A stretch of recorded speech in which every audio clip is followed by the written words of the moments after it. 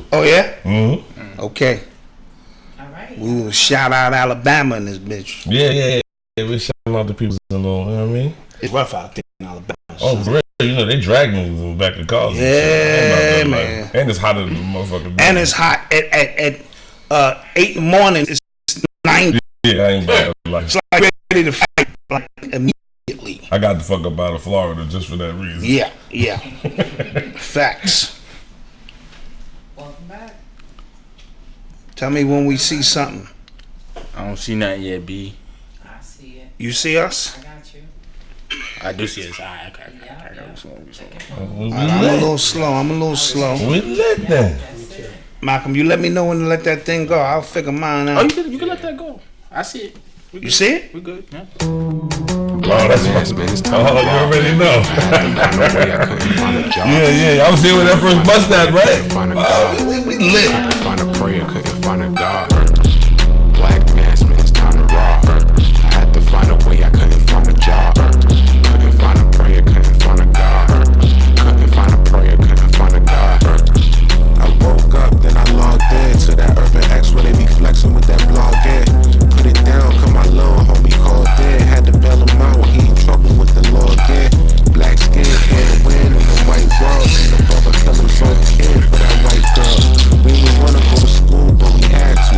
Every February, it was scary in the classroom. Shimmy y'all, shimmy yay. Old dirty bastards can't own dirty slaves, so they own dirty masters. Black Dot found a pot as a youngin', broke it down for his son, and now he serve it to the masses. Black mass, man, it's time to rob. I had to find a way, I couldn't find a job. Couldn't find a prayer, couldn't find a God. Couldn't find a prayer, couldn't find a God.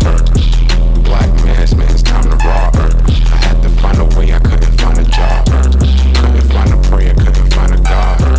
Couldn't find a prayer, couldn't find a God. Urban excellence, a product of my residence. From 4 to 44, Obama was the president. I told mama I ain't tryna go to church. I'm like Adam, every Adam is a product of the dirt. And I've been reaping what he sowed. I got the product, got the dirt. And I can teach you what I know, but then you gotta put in work. You in trouble if you waiting on the government. I told my bro I make it out the hood, and that's a covenant. Yeah. Guess who's back? Guess who's back? You know what I'm saying? Welcome back to the UrbanX podcast. Yes. I'm Malcolm. I'm one of your hosts. Oh yeah. I'm Black Dot. This is he. This is me. And in the middle we got the legendary Oba in the building. What's good? Let's clap this shit up right away. Early.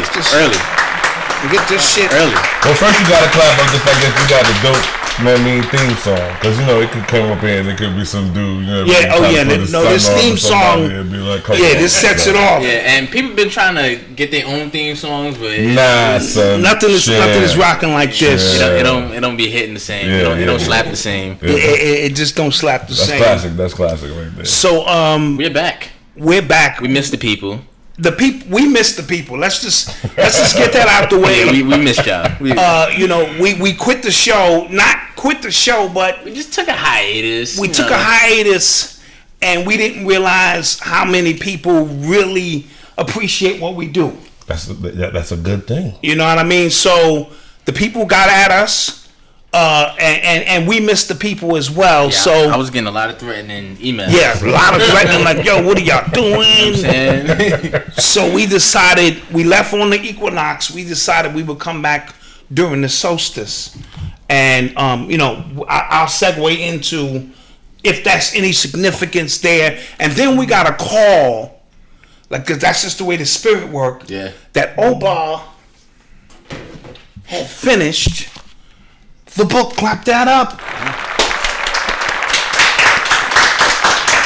Oh, we got a live audience tonight. We got a live audience tonight. So and we gonna get all into this. He made sure I had it 2 days ago, and I tried to read the whole thing, but I didn't want a high school essay to shit, because I could have and then So I said, okay, I'll read the 30 pages I can read, digest it, because it was Odyssey's prom yesterday. Clap that. Well, that's what's up. Strong J. Facts. She did that damn thing. Yeah, she bodied that. Yeah. Right? Yeah. She had the Oshun shit going. And she won best dress. Best dressed at the prom. My mother's favorite color is yellow, and that's her favorite color. So she was kind of emanating my mom's colors. It was amazing. Malcom chauffeured her around. Yeah, she called me Maurice. She thought she was funny. Yeah, she was calling you her chauffeur. She had the drop top, so it was popping. So I didn't get a chance to go into my in-depth. Somebody said Black Dad. Who's that rapping? That is Black Cool. That's a crew called Black Cool, Black KU, and that's Malcolm's best friend. Yeah. Did the production, and his brother was the one rhyming. And his brother's the one rhyming. So we hired from within. You know what I'm saying? That's what's up. And black business. Cooperative economics. Cooperative economics. Exactly. So we wanted to thank the people for being patient with us. Facts, man. We appreciate you. We won't ever take you for granted again. I blame him. Blame me, yeah, for that. True, yeah. Throw me under the bus. I blame you for that because I was the one saying like, what? You know what I'm saying? I'm like, we both kind of needed to recalibrate some things. Yes. And then once we did, we were kind of just like, yo, we miss everybody. It was like the same time too. Right. See, as a creative, a lot of times. When you're doing the same things over and over, sometimes your creative juices can get stagnant. So I try, because I'm an artist first. That's like me running my rhymes. I don't want to run my rhymes every time I see you. I got the same rhymes. However, when I began to look at building a brand and something you're trying to do that stays here forever, there needed to be some consistency. So when I turn on ESPN, I see Stephen A. Smith all the time. Yeah. Dunkin' Donuts don't wake up one day and go, you know what? We ain't making donuts no more. Like, fuck it. We just, from a creative standpoint, and I had to understand these things, that it's important as a creative to be creative, but also to be consistent so that the people can get what they want and we can get what we want. But synchronicity is important because we were just going to do a regular show. Yep.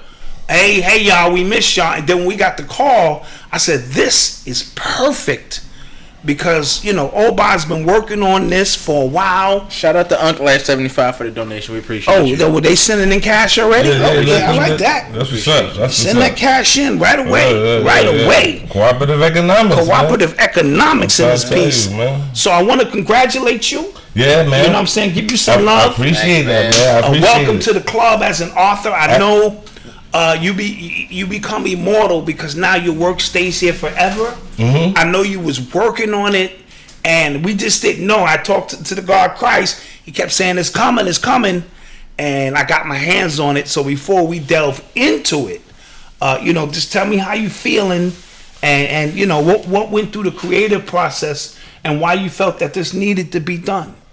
Well, originally, I didn't have any idea about writing a book. Right? So I got to first give the credit to one of my cousins, my cousin O'Neal Khan.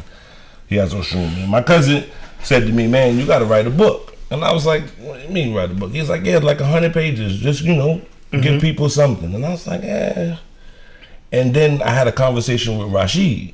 Oh, yes. And Rashid was like, yo, you have to have a tangible good. You know what I'm saying? Because, you just can't be giving the information because people really don't give you what is really worth the information. Absolutely. So you don't really reciprocate when you're giving out this information. You don't make any money from that. So in order for me to necessarily not be a swindler, because I'm real funny about people selling stuff. Absolutely. They got the packs and you're going to teleport and you're the voodoo packs and shit and yeah. Right. So, drink this shit and now you facts. Right. So, I've thought about something that would be tangible, that would, like, I could give a curriculum that people could go back to. Right? That's why, I'm charging what I'm charging for the book, because it's something that you're going to spend some money. It's not a lot of money, but it's something that you can go back to and reference, because you're going to read it more than once. So it's a how-to. Absolutely. It's a tutorial. Yeah, it's a tutorial. And it came from back when I used to do Master Star. They had the blog show, and people used to call in and they would be like, well, how do I do this? And it's people that are in places that I can't reach. Absolutely. And I can't tell you well, go over here to this person because I don't know if this person is up to par. Right. Or if they really, or if they're gonna live up to your standards. Exactly. And pause right there. One of the reasons people contact us all the time on our show and they want to advertise and do certain things, and we're very apprehensive because I don't want to send you somewhere for something and then you have a get bad swindled, experience. Yeah. and then you blame associate it with me. You Absolutely. associate that with me, especially what's going on. So we're very we think about stuff like 2 and 3 times. Yeah, it sound like a great opportunity. Right. We just like nah, I don't know. right. Absolutely, Yeah. absolutely. Because sometimes that's a short sale. Right, absolutely. You know what I'm saying? And Absolutely. and so I wanted to put something together. And so understand, the book is not about Orisha. It's not about Orisha. It's not about Oshun or none of that. It's about how the common person can tap into this. Yes. See, because everybody starts talking about initiations and you can initiate yourself and this, that, and third. And then what I'm giving is the applicable science that this is what the people in Cuba who don't have the resources to go through the lengthy ceremonies and initiations, they hold fast to this because it works. Yeah, absolutely. Okay? And so I'm breaking down the logic behind it and how it makes sense to practice this. Okay? That it's not just some wives' tale like, oh, you do this and you pray. No, like this is, I'm showing the applicable science of how certain indigenous cultures use certain formulas to get certain results. Gotcha. Right? So in the book that I talk about, there's a part where I talk about ceremonies and initiations. Hold on. They hold, and I talk about the Sure problem. So I talk about the Native Americans, and the Native Americans have a formula. So you hear about this rain dance, right? You think these people just dancing and they just begging the sky to make it rain. No, there's actual formula to it. So they take a big bonfire and they burn echinacea. Okay. And the pollen mixed with the smoke, right? And the dust from them dancing, because the dust, as they're dancing, the dust is rising. Yes. And it's picking it up and it's charging the ions in the dust. And when it reaches the sky, it creates an electrical charge and you get lightning and thunder and then it rains. Yeah, I had no idea. Now, pause right there. The way you broke that down in the book removed spookism. You see what I'm saying? Because that was the key to it. When we don't understand that your interface in spirit is nothing but science. Certainly. The understood appliance of it. Certainly. So when you said that, I threw the book down. I said, you know what I mean? Because what they'll tell the masses is, this is just some spooky shit. Yeah, they just praying. No, and they, but when you apply it's that, a shot in the dark. That was actually wild. that was deep Yeah, because it all made sense. Continue. Yes. And so these are formulas that are applied. I'm talking about spiritual hygiene. Where you go, who you interact with, we pick up stuff from people. And you have to have the same way you clean your body, you have to be able to clean your aura. Now, how do we do that? So in the book, I break down certain plants that we use and why they have certain effects, right? I talk about there's a very important plant that we use in spiritualism. If you go to the flower store, they call it lucky leaves. Okay. It's a rhododendron. And this plant is an evergreen, right? And when we use it, when we apply it, it has a pungent smell, a piney smell to it. Now, spirits, because they are of hold on, we rolling? We still on? because they are of decomposition, the smell, that pungent smell of pine, which is an evergreen, which is ever living, it defies their reality. And so it makes that ion, that spirit, back up for a moment, right? Because it's an evergreen. So when you get into the whole thing about Nimrod and them cutting the tree down and the tree continuing to grow, right? Yes, the story, the myth, yeah. Right, so you understand that when I tell people, they're like, oh, I might got a bad spirit in the house. I'm like, all right, the first thing you need to do is ammonia, mop the house with ammonia, and then use pine sol. This is what old black people do. They Yes. always wipe the floor with pine sol. And you didn't know why, and they were carrying on traditions. Traditions. That yes. So that they don't have the know-how or the articulation to explain why. They just know that this works. Yes. Right? So I'm giving reference and logic to what it is that our traditional remedies. Yes. Home remedies, right? And so I had to give a small history about myself and why I feel that I'm even... Turn up his mic a little bit. Turn him up a little bit.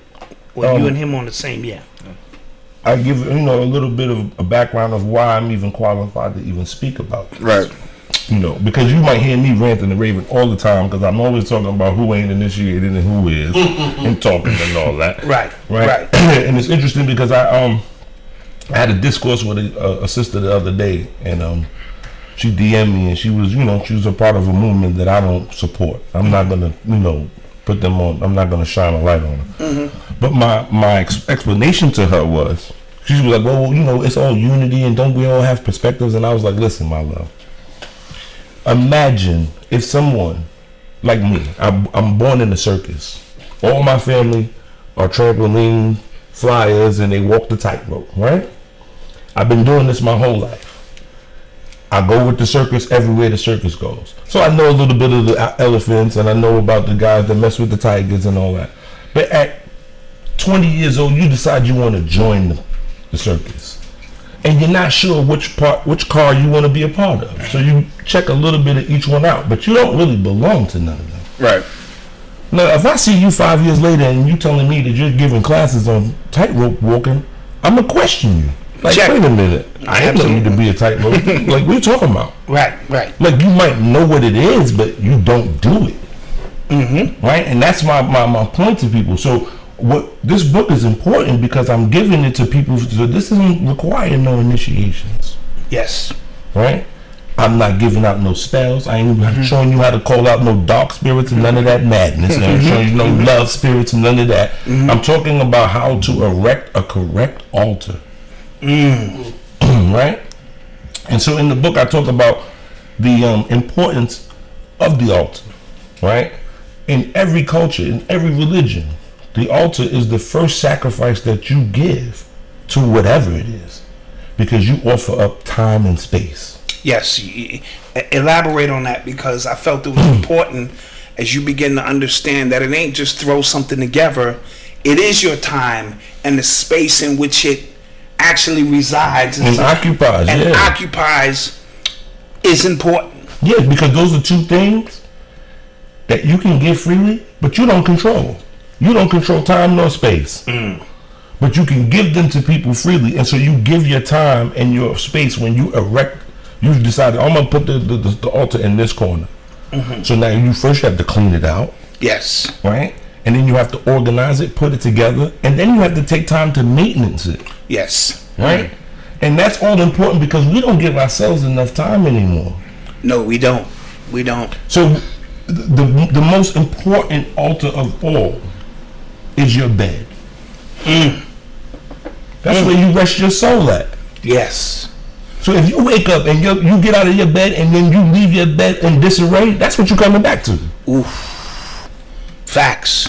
Right? And Lord knows many a day that I done rolled out and... Yeah, they say you're supposed to make your bed up because that's the first thought you're putting into something that you're doing. You're putting chaos into order. Yeah. Right? So now when you come home from a hard day, you don't want to have to make the bed. You want to just lay down in the bed and put your troubles down.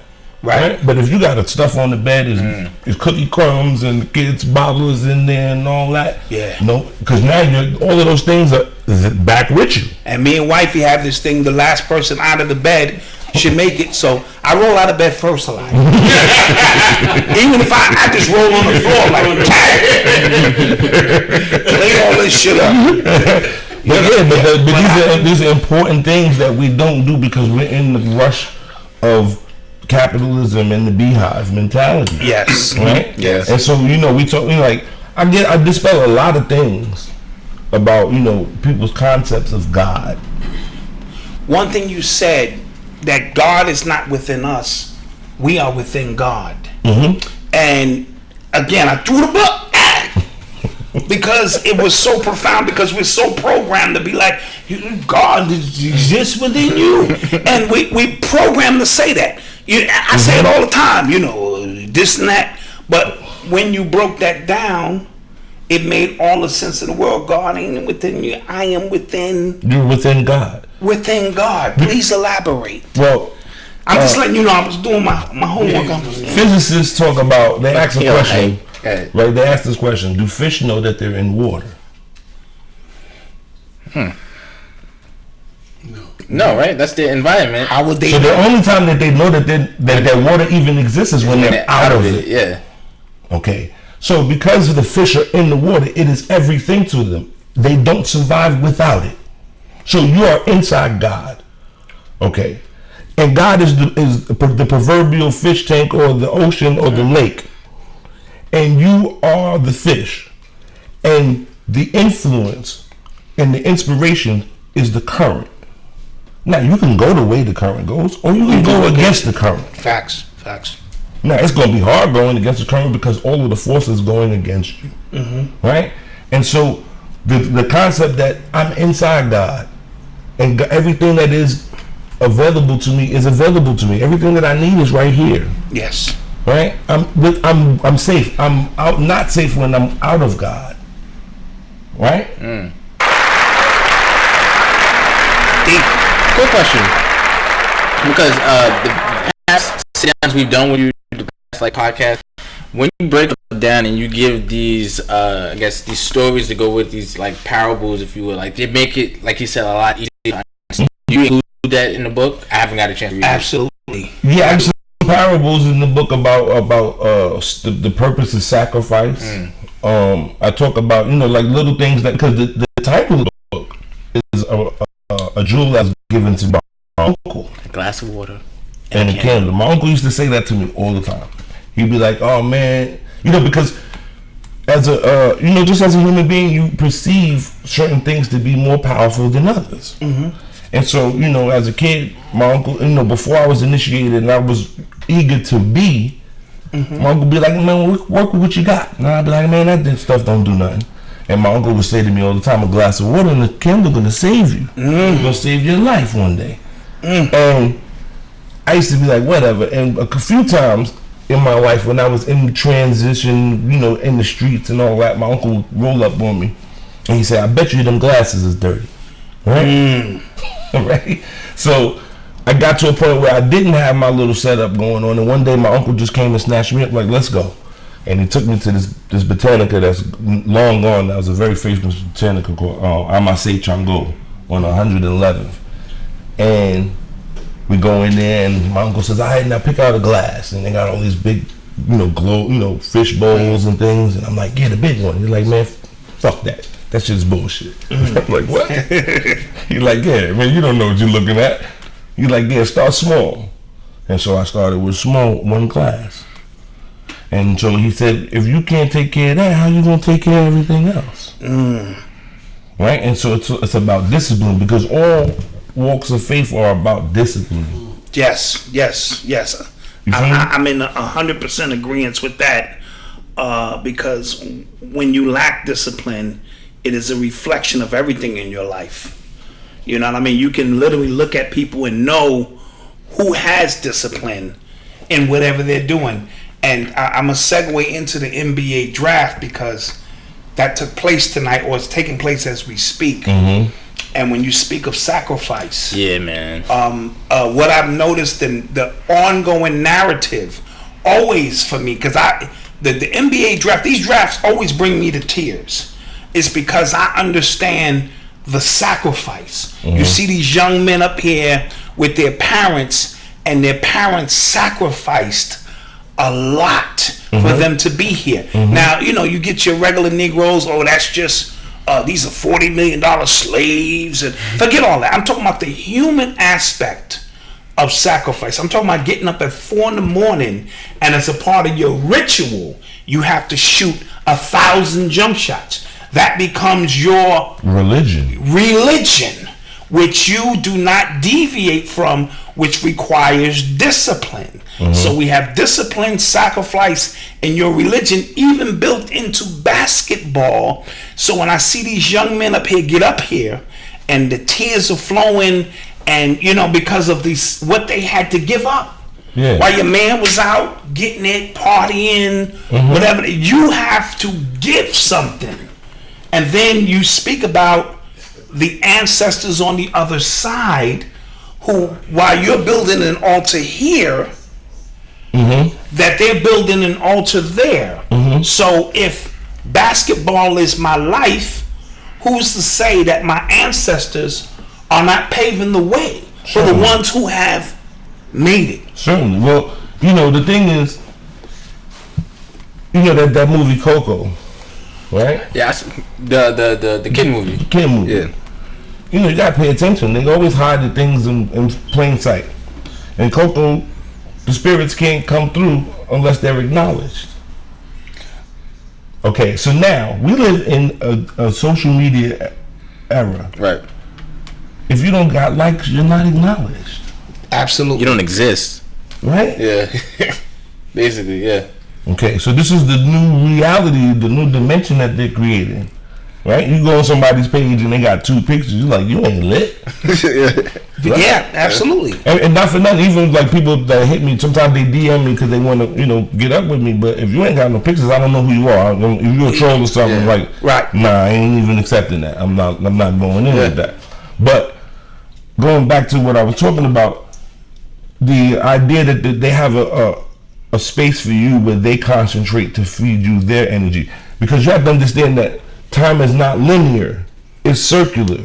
So if I decide, like, so if all my life everybody in my family was quote unquote ignorant, right? I don't like to use that word, but let's say they were ignorant. They from the, you know, they don't have much information about them, and I find this tradition, and just somebody for me to put a glass of water and a candle down for them.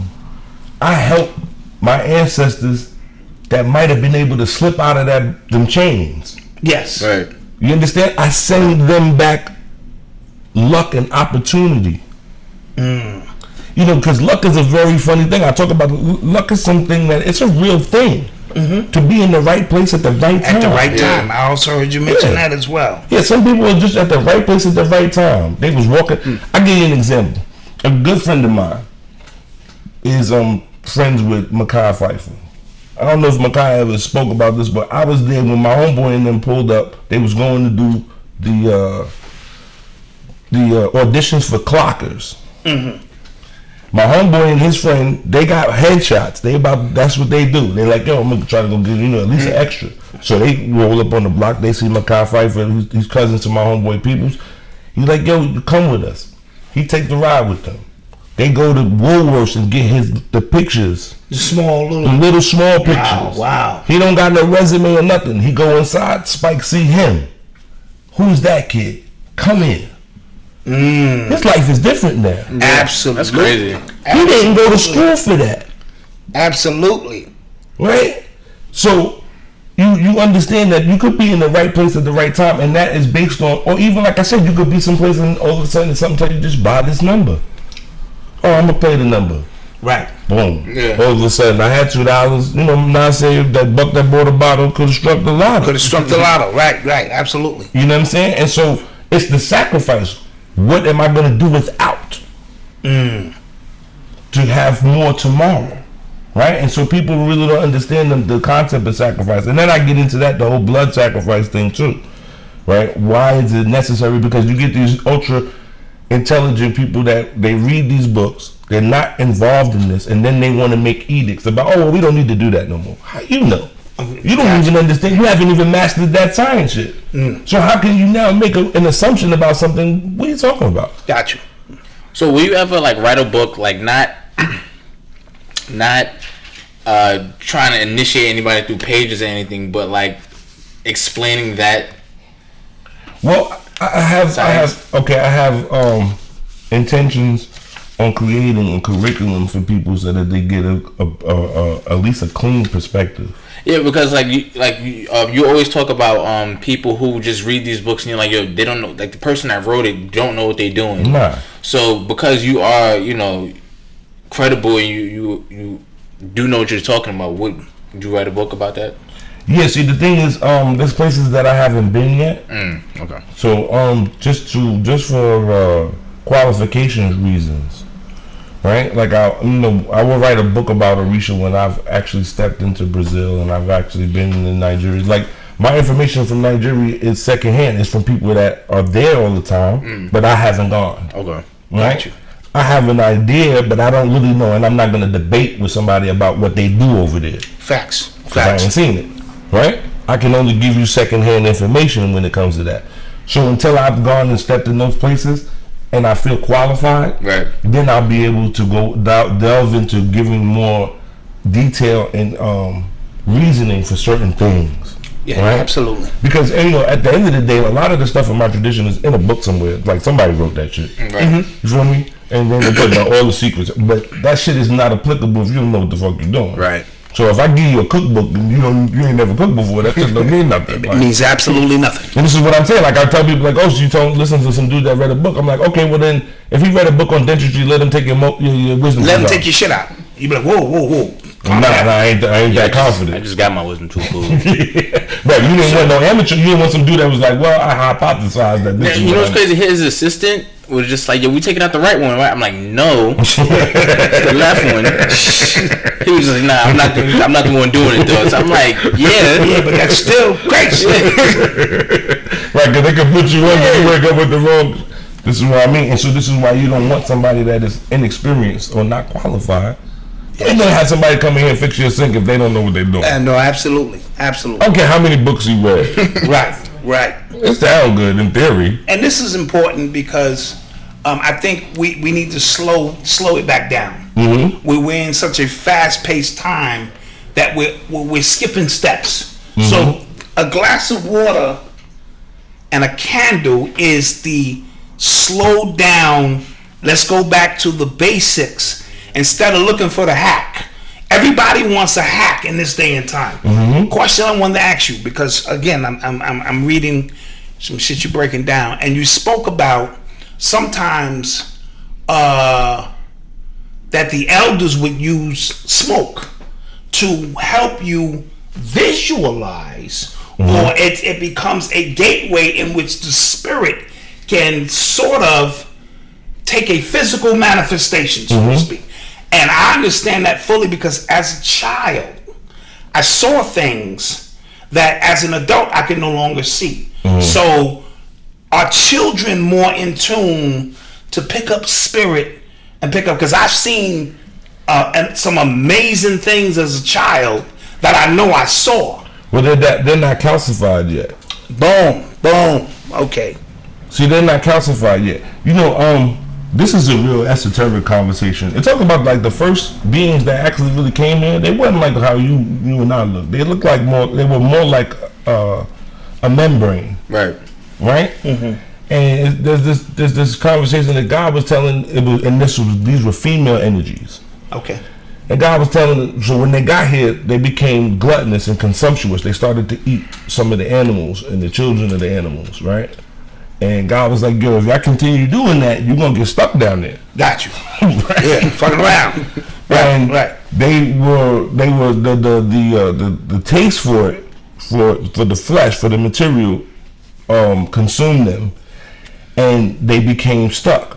And what happened was because they ingested so much blood, they started to produce blood, right? And they talk about the menstruation, right? And so now a pack of females are vulnerable when they're all menstruating.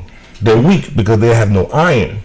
So this is when they talk about when man was created like a dog to be the watchman for the women while they sleep. This is why men have the natural.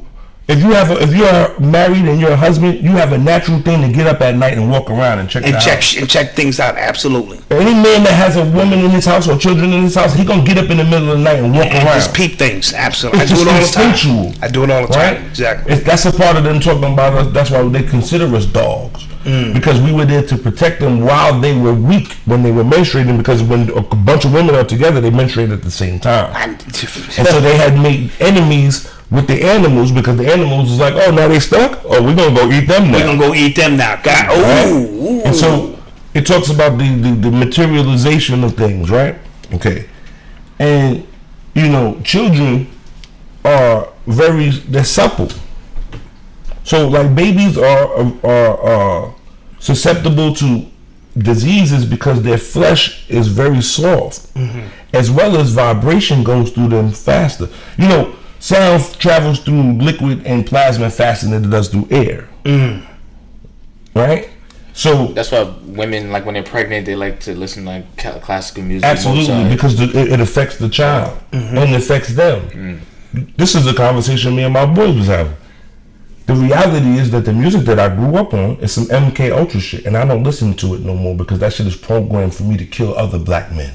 Ooh. You hear me? I had to come to that realization. For all of the nostalgia and all of that, that's cool. But as a grown man, As a grown ass man, I could tell you that if I listen to that shit, it just makes me want to do something to somebody. and those are all facts.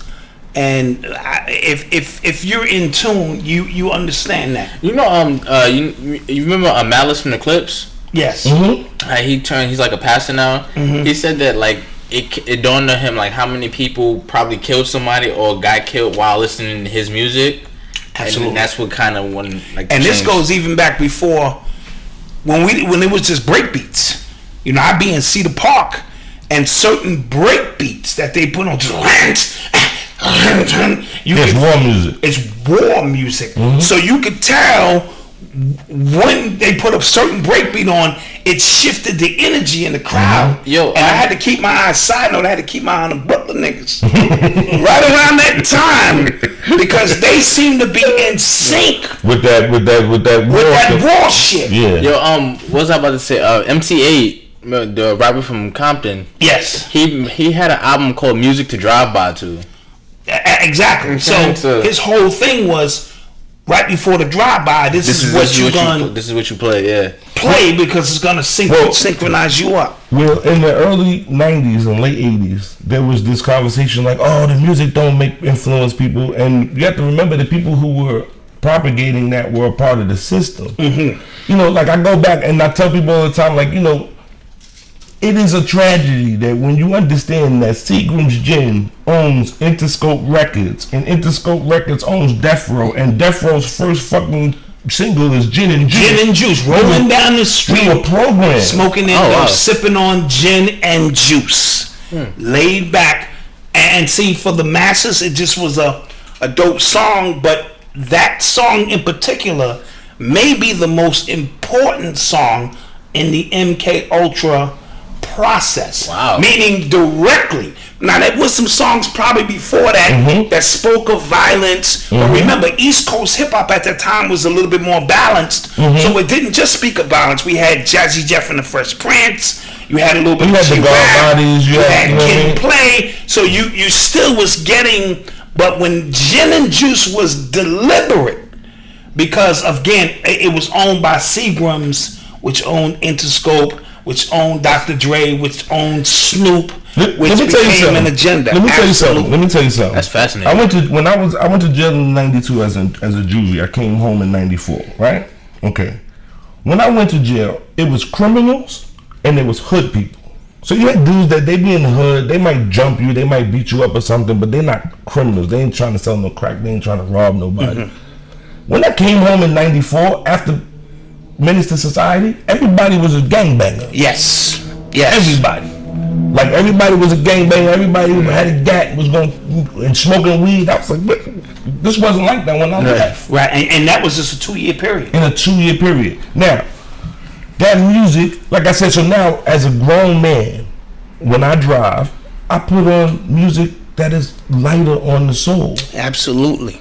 Right? I want to be successful. I want to have happiness. That's what I want to project. I don't want to project I'm going to have to kill somebody and shit is hard and the white man is terrible and all that shit. Yeah, absolutely. No, and then you don't want to act like it doesn't have an effect on an 8-year-old kid who's hearing this all day, because you speak of chants and songs. So, and I've always said, even in Hip Hop Decoded, that if you repeat the same choruses over and over and over, it becomes a chant. And a chant is hypnotism, and it's bringing shit into this existence. And when you play that on 50,000 radio stations simultaneously, the same chant, it speeds up the vibratory rate in which this shit becomes a reality. That's a fact. And then we want to know why we stuck in this shit we stuck That's in. a fact. Don't play with me. Well, you know, niggas got mad the last time I said some shit. Oh, right? yeah. What'd you say? You said a Niggas got couple mad. things. Niggas got mad. Was it about Tupac? Yeah, I said that was the right, and niggas got upset. What you said about what? Tupac. Oh, yeah. They got all upset, right? Now, prior to that, you didn't. If you went on YouTube, you didn't really see too much about him being a fraud and all of this. Mm-hmm. Look now, Yeah. they got whole things about it. Yeah, right? wow. Now, I mean, now, that's true. because I'm back, I gotta defend myself. Okay, yeah. Right? So all of the niggas that was calling me a hater, they was sending death threats and all that. All right. Oh, let's get it. I'm gonna ask you a question, Dot, and this is not for you. This is not for you. No, this ain't for you. But you from the street. When you ever heard of somebody getting robbed and they had a pistol on them and niggas took their chain, their money, and the rest of their jewelry, but left them with the gun? That's all I want to ask you. Never. You ain't never in your life heard no shit like that. Never. If I shoot you in a robbery, right? There's only one or two things that's gonna happen. I'm either gonna go in your pockets or I'm getting the hell up out of there because it's about to get hot. I shot you, the sound that went off, somebody's coming. But if after I shoot you, I take the time to take your chain, go in your pockets, and I know you got a gun, and I'm gonna leave you with it. But didn't he shoot himself? Doesn't matter. What I'm saying to you is, if I come to rob you, and you got a pistol on you, I'm taking the pistol. I'm not gonna leave you with the pistol while I'm leaving you to shoot me in the back. Yeah, facts. So, and I say all of that to say that maybe we've been duped. No, let's clap this up because this is important shit. Because it's funny you said that. We've been duped with a lot of shit, with a lot of people that we don't want to accept. We've been duped by. Colin Kaepernick? Well, shit. We'll get into that a little bit later. Well, even this right now. Right now, we're talking about they got the Central Park 5 story, right? And no disrespect to my sisters out there, but they got to understand that there is no comparison in terms of the life or death situations that we as black men go through. Okay? That's not a discussion a lot of people are willing to have. Listen, it's real. Because when you have a daughter, mm-hmm. You have two things that you want to worry about. You don't want her to be raped, God forbid, and you don't want nobody getting her pregnant. Mm-hmm. Now, for your son could go outside and could be raped. Your son could go outside, be stopped by the police and shot, stopped by the police and taken away forever, come home and then be a basket case. See, because they're talking about the Central Park 5, but they're not coinciding this to Khalif Browder. Yeah, we made that connection when we did our sit down. Absolutely. Right? Yeah. Absolutely. Khalif Browder is when it goes bad. Yeah. Yes. Right? And he didn't endure not a tenth of what Corey Wise. Right. Now, let's be clear. I'm not speaking from a perspective where I don't know. That's 89. I went to juvie in 92. I seen Yusef Salam and them up in the Harlem Valley when I was passing through. You understand what I'm saying? And I heard the stories about how they was handling Corey Wise up top because he had the highest profile case in the nation. You forgot that boy got pretty eyes and got silky hair. Yeah. In 1989, do you know what Rikers Island was? It was an animal house. Don't tell me about some blood kids that's been in there now in the 2000s. They have no idea what was going on. The police will leave you to your own devices. Okay? And I know this because that was at the time when you're in Spofford. As soon as you turn 16, the first time you caught a fight in there, they send you to the island for 30 days.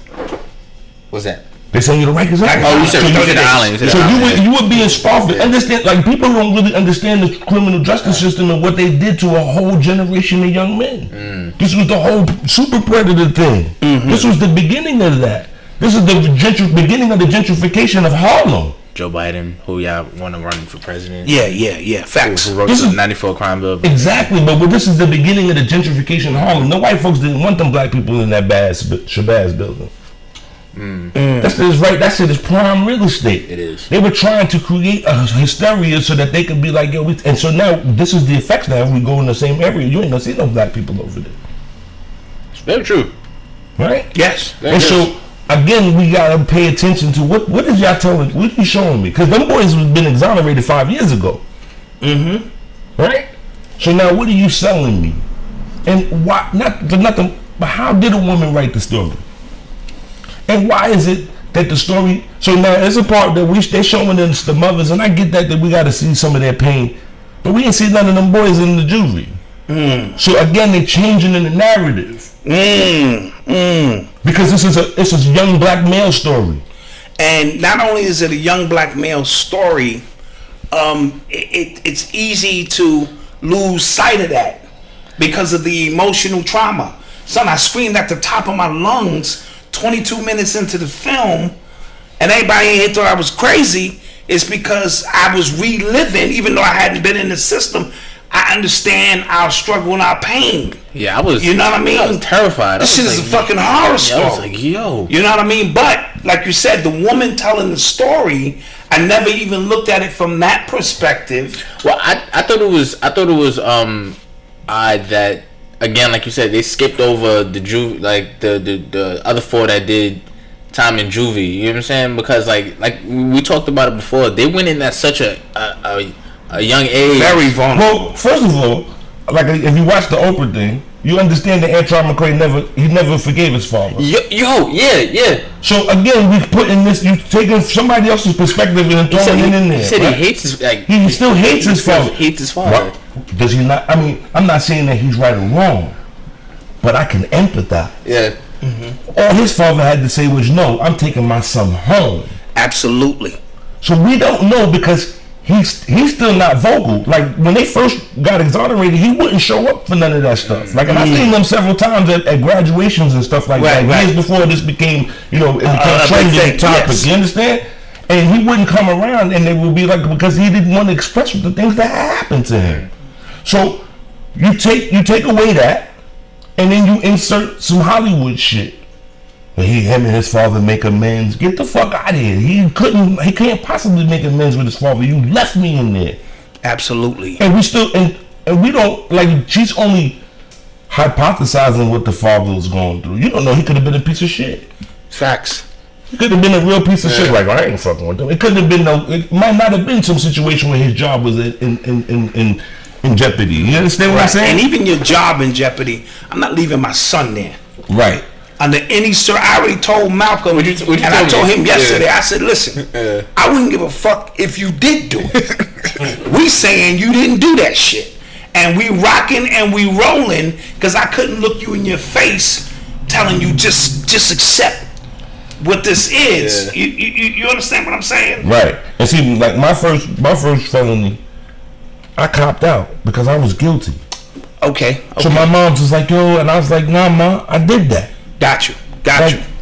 Ain't nothing to get out of it. We could do all the magic in the world. I also told him that too. I said, unless they got video evidence. And I'm like, nigga, you did that. Yeah. And it's clear you did that, so now you need to own up. Absolutely, because my mother's conversation from early on, you understand, like, we come from the time when we went to school, somebody didn't pick you up from school, they drop you off at the precinct. Right. That's exactly what they did. So my mom's thing was, listen, you get in here, you don't say nothing about nothing.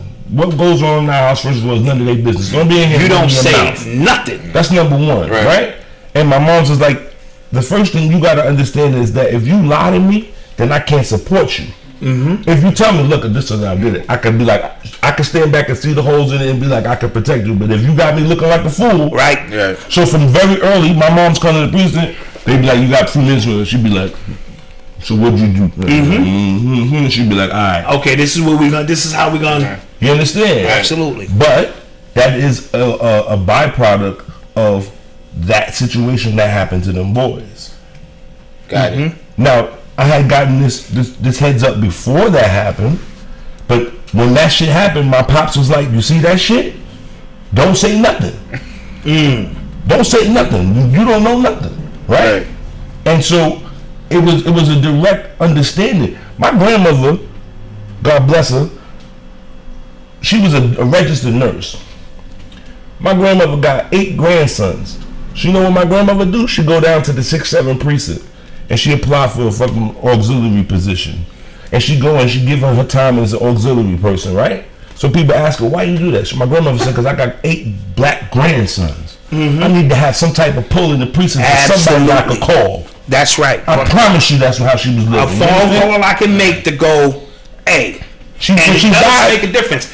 I don't want to blow nobody up, but recently one of my people's son got into a small situation, and because there was somebody at the precinct we could call, he was able to come on home. Basically, it's not what you know, it's who you know. You know, so my grandmother's thing was, I got 8 grandsons.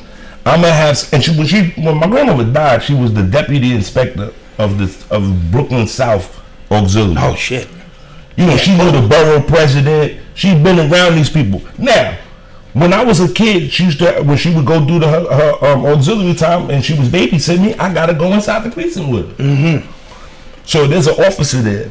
And he was like, every precinct group has a police officer with them. So they had one of these dirty cops from back in the days, right? Like with some 7-5 shit. His name is, I ain't gonna say his name, but he's good people's, right? He's a white boy. And years later, like I grew up around him. Years later, I'm going through the bullpens and he switched jobs. He took a court officer's job and I see him. Oof. He's like, kid, what you doing in here? I'm like, man, he like, I know you've been living like this, that, and the third. All right, and he pulls me out the cell. Put me in my own cell, get me something to eat because of who you know. And so we gotta. That's something about us that we have to take over the precinct. Mm-hmm. Somebody in the projects got to go down there and bring some food to them cops. Yes, cup of coffee and shit. Motherfucking right. Yeah. But the mentality that we have, this disdain for them. Okay, well now we gotta seduce them, put them have them eating out of our pocket. So that, because when you in certain towns where you don't, but that's an act of war. That's a war tactic. Of course, because and we are. People don't see it. Exactly. Most people see that as an act of submission. No, that shit you just said is a war tactic. That's a prime example when that Asian cop killed the dude in the projects. Mm-hmm. He got off because of the money that his community collected. Yes. Because they gonna make sure their people good. Yep. See. You know what's crazy? I heard them talking about this reparation shit, right? Yeah. This is a great way to segue into that. Great, because I wanted to talk about this. Because I need my check. I really wanted to talk about it. I need my motherfucking check. And they were talking about what we need, and somebody said, well, we need a constitution. And I agree, but I disagree because we already have one. The Nguza Sabas. The 7 African principles: Umoja, Kujajakalia, Ujima, Ujama, Kaumba, Nia, Imani. These give you all of the steps to put a community together. Now let me break it down. Now forget who it came from. Okay. Forget forget Ron Karanga and all that shit. Yeah. Fuck that. Because he didn't invent it. Yeah. Right. Okay. Right. Umoja. With unity, you have numbers, right? Right. But within the unity, you have self-determination. So that you are part of a group, but you still have to be self-determined. You have to determine yourself.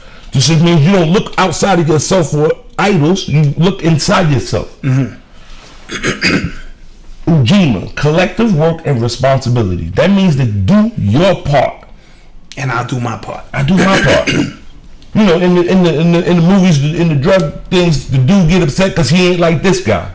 Do your part. Belly. Put the weed in the bag. Exactly. Put the weed in the bag. Put the weed in the bag. Collective work and responsibility.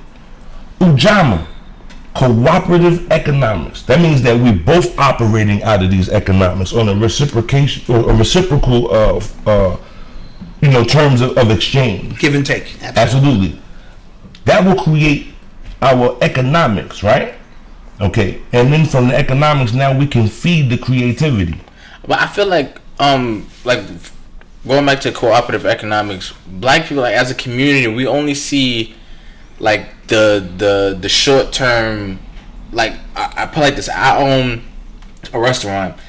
Usually, black restaurants are more expensive because where they get their food from. No, because they do not congregate amongst each other. Okay. So maybe we talked about that last time. I talked about Nigga Town. Mm-hmm. It's a Chinatown, Russia Town, Koreatown. Right. Right.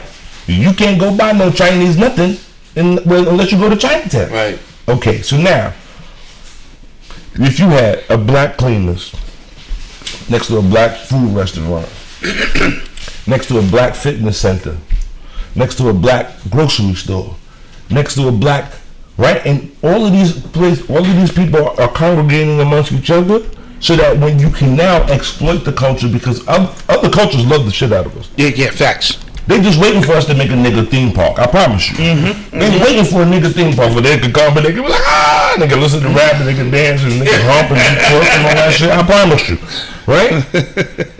And if we capitalize on that in terms of congregating, so now what I'm saying is, so if you got a business, Doc got a business, I got a business, Chris got a business. So instead of just focusing on our business, let's buy this building so that we got the whole block.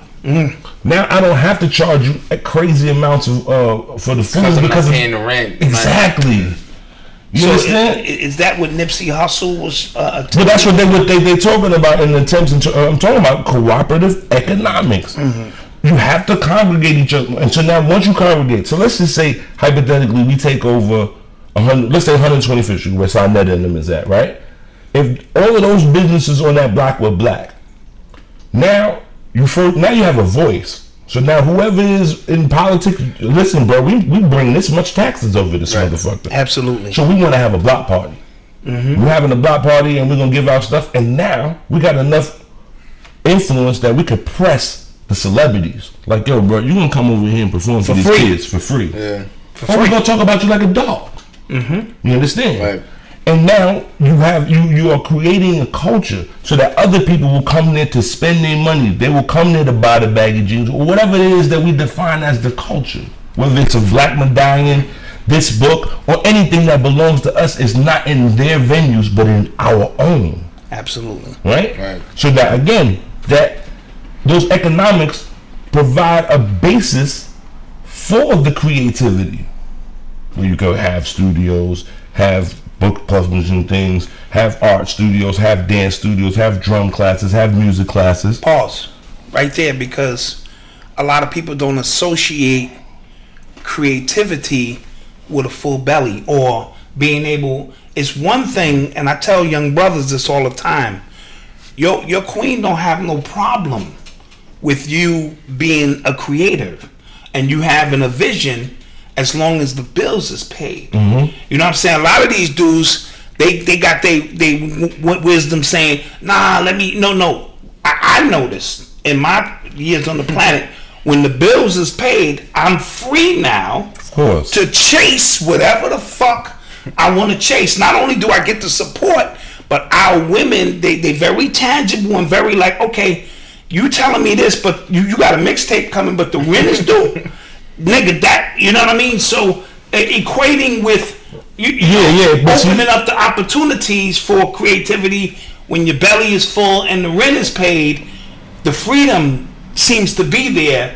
Just, for some of these young brothers who get twisted. But I do think that we are creatively lazy at this point. Okay, yeah, I can agree with that. I can definitely agree with that. Right? Yeah. And so it's like, how could a chick believe in your dream when you're doing the same shit that 10 other niggas is doing? Absolutely. So, and that's what I mean by that ain't even being creative. You just copying some other shit. Creative forces you to expound. There you go. So back in the days, you get on the train, because I don't live in New York, but you get on the train in New York, right? Back in the days, and the little niggas get on the train and they be like, first it started off with a basketball team. Yeah.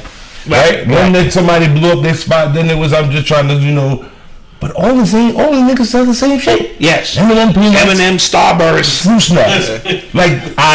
There's got to be somebody that run a granola bar. You understand what I'm saying? And so they don't think like that. So then you have a couple of dudes that break through. Like there's one dude that you'd be selling the nutcrackers on the tray. Yes. He open up and he got everything. Yes, right? All the flavors. Yes. Yes, because he has realized about being creative. So yeah, you could have everybody got a mixtape. Is this Christmas? Because everybody's rapping. Yep. Absolutely. Everybody's fucking. And I always say, when everybody can MC, nobody can MC. Like, how many people have run up on you at 40 and 50 years old and they telling you they got a mixtape come? I'm like, dude, how long did it take you to process that shit? You know, where is the creative lanes for you? Because now you're just replicating and you're keeping this matrix shit in place, with the same old bullshit. Yeah. Same old shit. So absolutely. Well, see, that's the thing. I'm not gonna spread my conspiracy theories, but because I don't believe in nothing. But what I do understand is that there is a movement trying to quell the world is flat shit. And I ain't talking about the world is flat shit. I'm talking about the world is flat being connected. Understand that Leo Cohen coming to YouTube is there to put a lock on that shit. See, because before you had to go through the guards, you had to go through them, right? And if they decide you get on, then you get on. And then Soulja Boy popped up, and this motherfucker was like, and he was the anomaly, right? Who changed all that. And he showed all of them how to do that. Yo, look, get your own camera, get your own shit, be self-proficient, right? And motherfuckers be talking about that little nigga, but that little nigga's not crazy. He's smart as a motherfucker. Yes, he is. You heard how he was doing with LimeWire?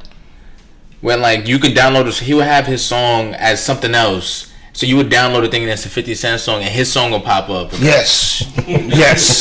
So that's how it was. That happened to me a couple of times. Yeah, you thought you was getting 50 Cent. Yeah, like and he was getting Soulja Boy. Yeah. But niggas be jacking him because I saw one little blog where he was talking about how Drake took some of his lines. And so he crazy. That's to dismiss people. Yep. Right, but the little dude is on to something. And so what happens is, because the world was flat for a moment and anybody could get in, that's why I believe that the dude from World Star ain't here. Because I thought at something, I spoke about that to Malcolm, that just didn't sit well with me. Well, listen to this. A while back, I had one of my young bros. He was doing the rap thing, right? And I was like, that was literally my spiel to him. He was like, "Oh, I want to do." I was like, "All right, is this Christmas? Everybody's rapping." That's an old Kwame joke, right? Yeah. Is this Christmas? Everybody's rapping. What you gonna do to make yourself different? Right.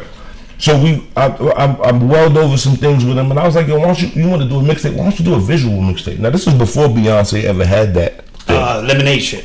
Before Lemonade, she had another one where she just dropped it one night. She was like, "Oh, that." And then all of a sudden, it was a fucking whole movie, and every song had a video. I think it was before the Lemonade one. Right? 2 albums. Yeah. And now, my point is, I tried to explain to him that you got to change the game. Now, for all of the people out there that are beat makers and doing this and doing that, what you guys need to do is create production companies.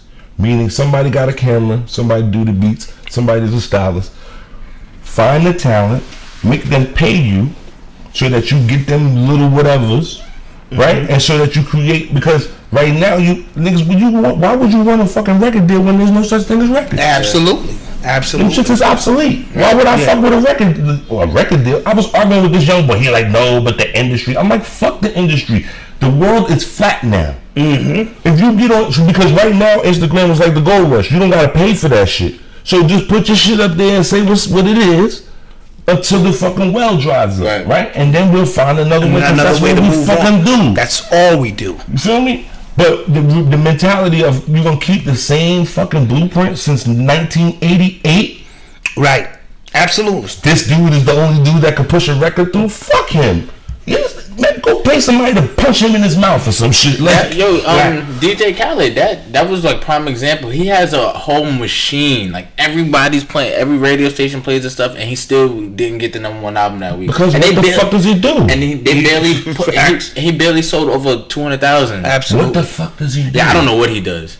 I ain't heard the beat that he made yet. I don't know what he does. And then the songs he make are mad overrated. Like all his albums are terrible. Yeah, because they're cookie cutter songs. Anybody can take the latest hot R&B chick. Take the latest rapper, put 16 on an old beat that we already like. But see, here's the thing. What I want to know is why is this Arab have these songs that are so gospel in nature? Listen to the album. It's all this God and Yeah. You're a fucking Muslim. You're not talking that shit. You got John Legend singing on the song. Like that shit is mad convenient. Like what? Yes. That's a good point. Yes. I mean, because these niggas, they be That's a good point. I mean, because these niggas, they be prophesizing. I wonder, what's the next stop? Like, real talk. Yeah. Like, that's just too much coincidence. You feel what I'm saying? But I don't know what he does. I don't know why he's in the position that he's in. Absolutely. But, again, he's going up against Tyler, the Creator, and Tyler, the Creator is killing him. Yeah. You know why? Because that shit is fresh and it's brand new. Yes. And he has a Blame me. Yeah. Mm-hmm. Right? That shit is lit. I ain't he's a weirdo, whatever you want to call it, but the music speaks for music itself. speaks for itself. Absolutely. You feel me? And the music is resonating from a creative standpoint. It's creative shit. Of course. So it vibes different than the cookie cutter. Dude, like, did you really think this out? You know what I mean? Did you think you was gonna put Nipsey on a song with John Legend and blow up like, oh, this is the perfect song? That it was low hanging fruit. You know what I mean? Yes. Absolutely. Back to reparations, because I think we kind of got sidetracked. Oh yeah. Mm-hmm. I mean. So what's your disposition on? You heard about the ADOS, American Descendants of Slaves? Because we got that acronym wrong like the first time we talked about it, and people were living. Yeah, people who got at us. People were living. And then your man Gillibrand, what's his name? Senator Gillibrand. His statement that he wasn't the one that said it. That was McConnell. Yeah. Okay, yeah, I get them all fucked up. When he said that, it's been 150 years, and understand this. We talk about white privilege, but motherfuckers, do they really comprehend it? Privilege. It's Studio 54. It's 1982. That shit lit. I know somebody in the VIP, they like, yo, Oba, come on. And you standing out there on the motherfucking line, freezing your gonads off. I'm not fitting to stand out here with you. I'm going to the club. Yeah. And if you get inside, I might buy you a drink. But if you don't, I'll tell you about it. That's privilege. You're not gonna give up your privilege. Don't think that these niggas. That's a typical answer. That's a very typical white racist. Even though nobody's alive today. Even though, like, are you kidding me? Like we tax dollars went to World War II stuff for the Japanese people. We're still paying come on. the Jews, the Japanese. What we should ask for is land and sovereignty. Okay. Like the motherfucking Native Americans. Land and sovereignty. The Native Americans got it good.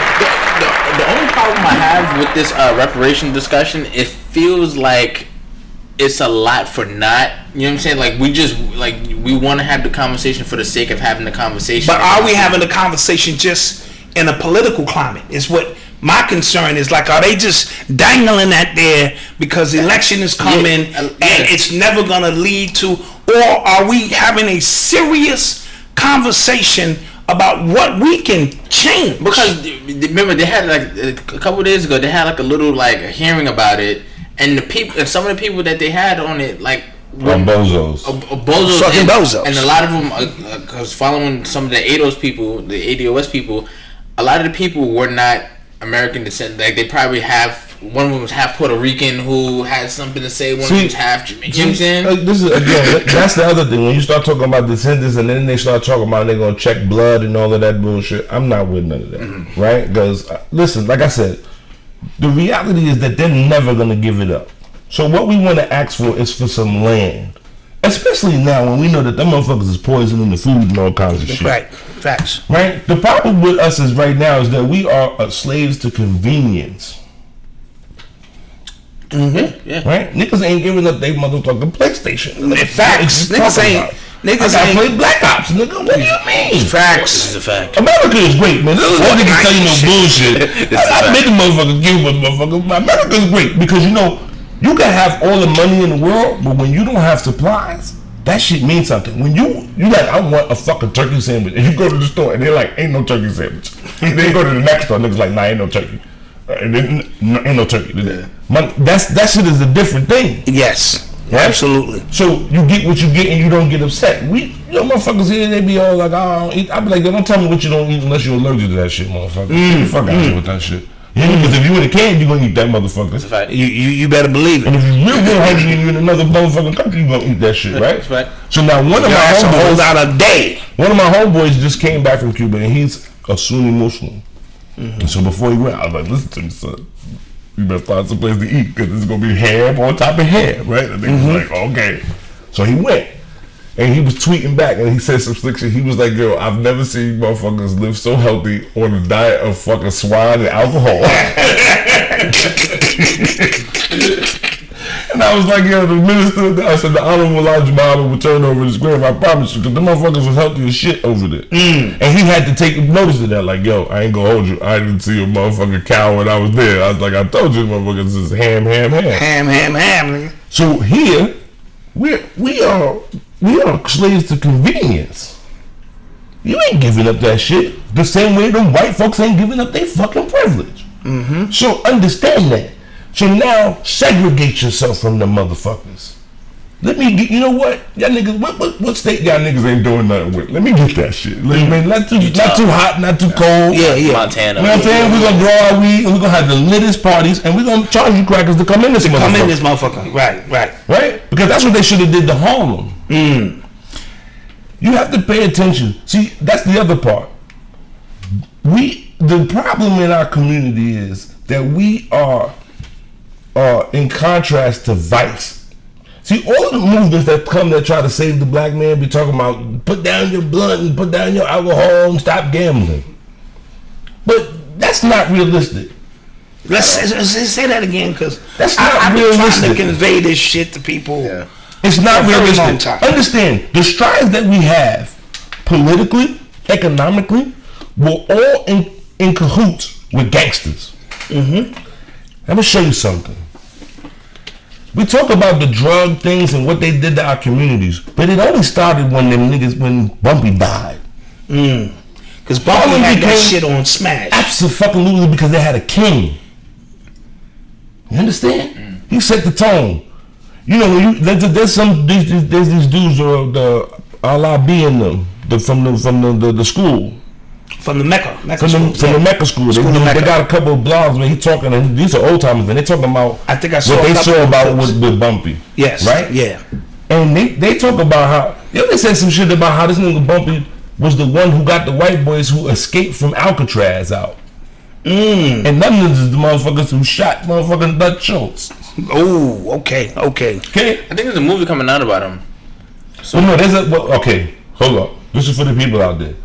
Now, Forrest Whitaker and them are doing a series. Okay. Now, I gotta speak out against it because they made the series basing it off of a book of a good friend of mine's mother wrote. Her name is Karen Quinones. She wrote a book called Harlem Godfather. Yes. Okay, yes.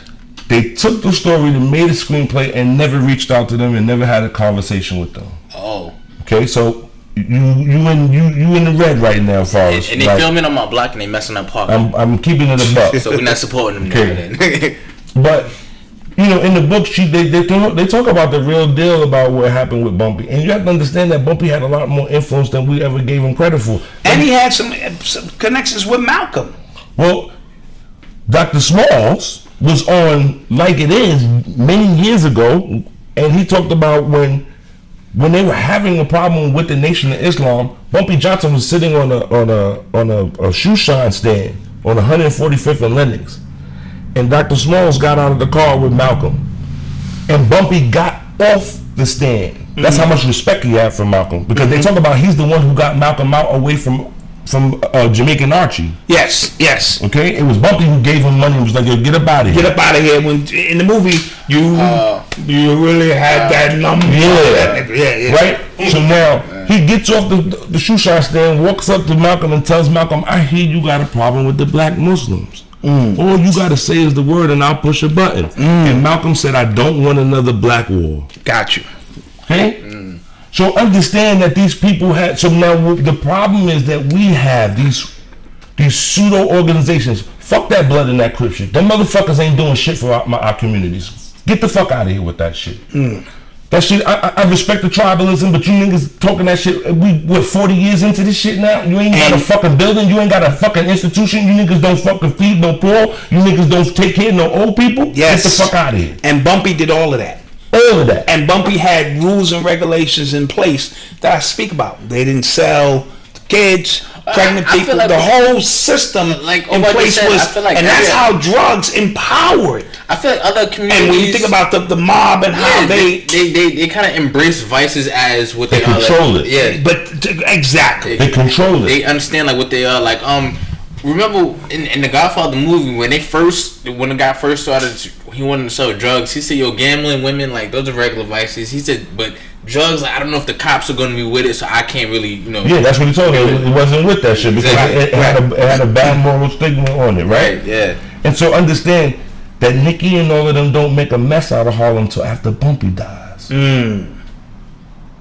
Understand that, right? They talk about Jack Johnson's first heavyweight title fight was banked by a Harlem number runner, right? I think his name is Casper Ralston, Harleston, something like that, right? He banked him, right? There was another black man who got killed in front of the Cotton Club or some shit like that, who was giving money to Marcus Garvey. Like, you have to understand that these people are integral to the society. Yes. Right? Because we talk about fuck the police, then we need our own police. Right. Right? And so it is when you have people, so what happens is our culture has become dissident culture. Right? Not gangster shit.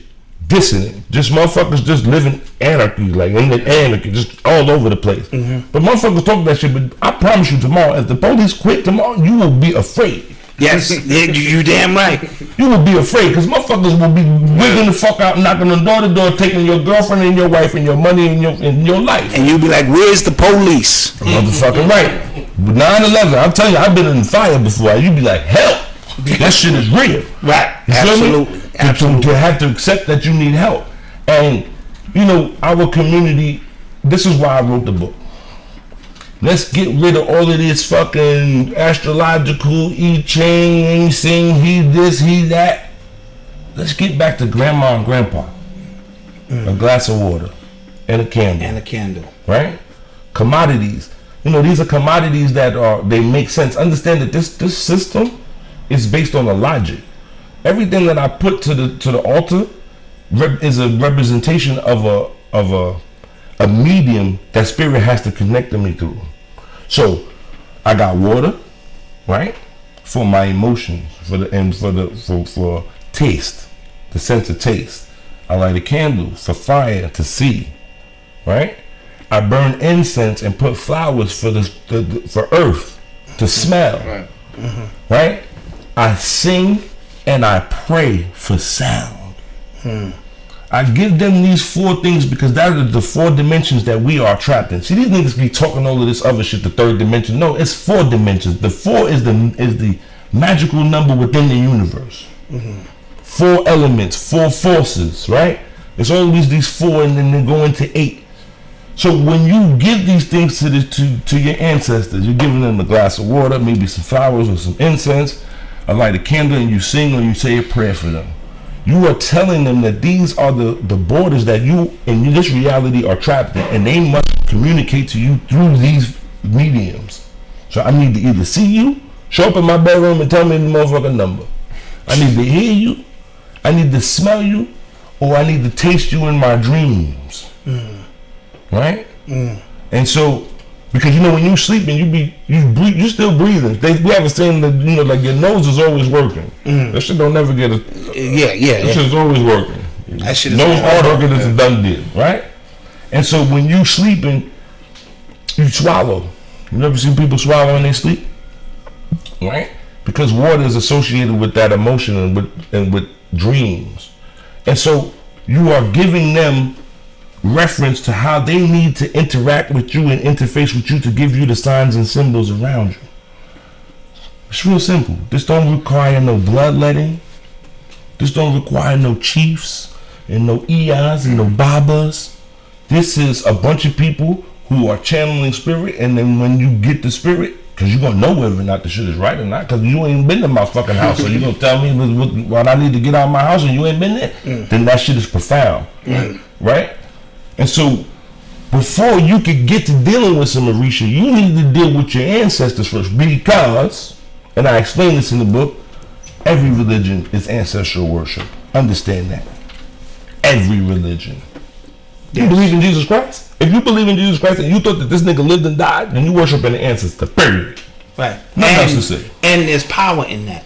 Certainly. So when I speak, I say, a lot of people going on there, Christian brothers and sisters, and he may just be a representation of ancestral worship, because you do recognize that there is worship there. There is. I'm gonna give you an example. I'm gonna give you a perfect example. The Mormons. Yes. This nigga saw a spirit, and the spirit told him to make this church. Them niggas is doing fine, ain't they? Yeah. Very fine.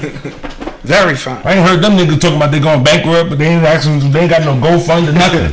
Them niggas doing just fine, right? Because they seen a spirit, and the spirit told the motherfucking cracker, he told Brigham Young, listen, I need you to make this church, and all motherfucking roads lead to me. Right? And they working that shit. So understand that they working your ass when you coming down Washington Street. Yes. Because understand that spirit and everything is connected to memory. I also heard you mention that in the book as well. There's some other shit that I didn't get into the book where it talks about when you decide the path that you're gonna go, right? You could be famous or infamous. Now, when you become infamous, so understand that Adolf Hitler only comes with fear. Somebody have a fucking dream with Adolf Hitler, that you are afraid, and so that spirit is bound to that incarnation and that energy. Okay. And so he gotta live that out, because now he's on Karma's motherfucking payroll. Karma be like, go see this motherfucker, right? You understand? So memory, because nobody wants to die and be forgotten. Nobody want to get shot in the motherfucking alley and niggas don't find the motherfuckers for weeks. Nobody want that to happen to them. So it's the memory, because when you feel somebody, it's because you saw something that reminded you of them. And what that does is activates the experience. Their experience, okay. And activates you to be able to connect to them, because understand that energy doesn't die, it just changes form, it transcends. So something you said is kind of like, and I don't know if I'm wording it correctly, but that once that energy transforms out of the physical, by you remembering them or kind of reassociates them with those experiences, and they're able to gravitate toward. Absolutely. Okay. Because you have to understand that you have a natural magnetic field within you. Right. We understand that when they weigh the body before the motherfucker dies, it weighs different than after it dies. So that this spirit has a weight to it. Okay. So now, because you are emanating this magnetic field, other consciousnesses in the form of like a radiation attached to your magnetic field. Now, they are all parasites, but some parasites have to protect the host. They ain't gonna let nothing happen to you. Because something happened to you, something happened to them. Right. You understand? Yeah. They got their own interest in this. Now, some energies are consumptuous. They'll get close to your energy and want to consume you. And it's like an isotope. You start to decay where that shit is around you. The person start looking bummy. This is depression. Right. And this is what I meant about the hygiene. You go into the dirtiest bar, I promise you're going to come out with some shit. You'll come out with some shit. Niggas be gonna be understanding. You was at the titty bar and then you came home and 3 days later wifey just started arguing with you because you got that shit on you. She's like, motherfucker, I hate your guts. You're like, man, she don't know I was at the titty bar. Yes, she do. She don't know in terms of consciously, but subconsciously, something is up. You brought some shit home. Something ain't right. Something ain't right. Because this might be a girl in there who hates doing this shit. She got to do this shit because she has to. And so she knows that shit, and she's emanating that. And she's emanating that energy that now you're interfacing with. And you picking it up like a lint brush. It catches on to you.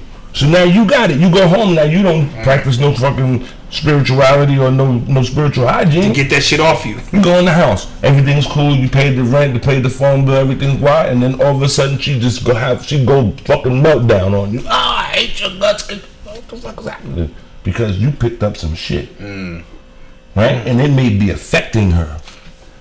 Clap that up. That's some shit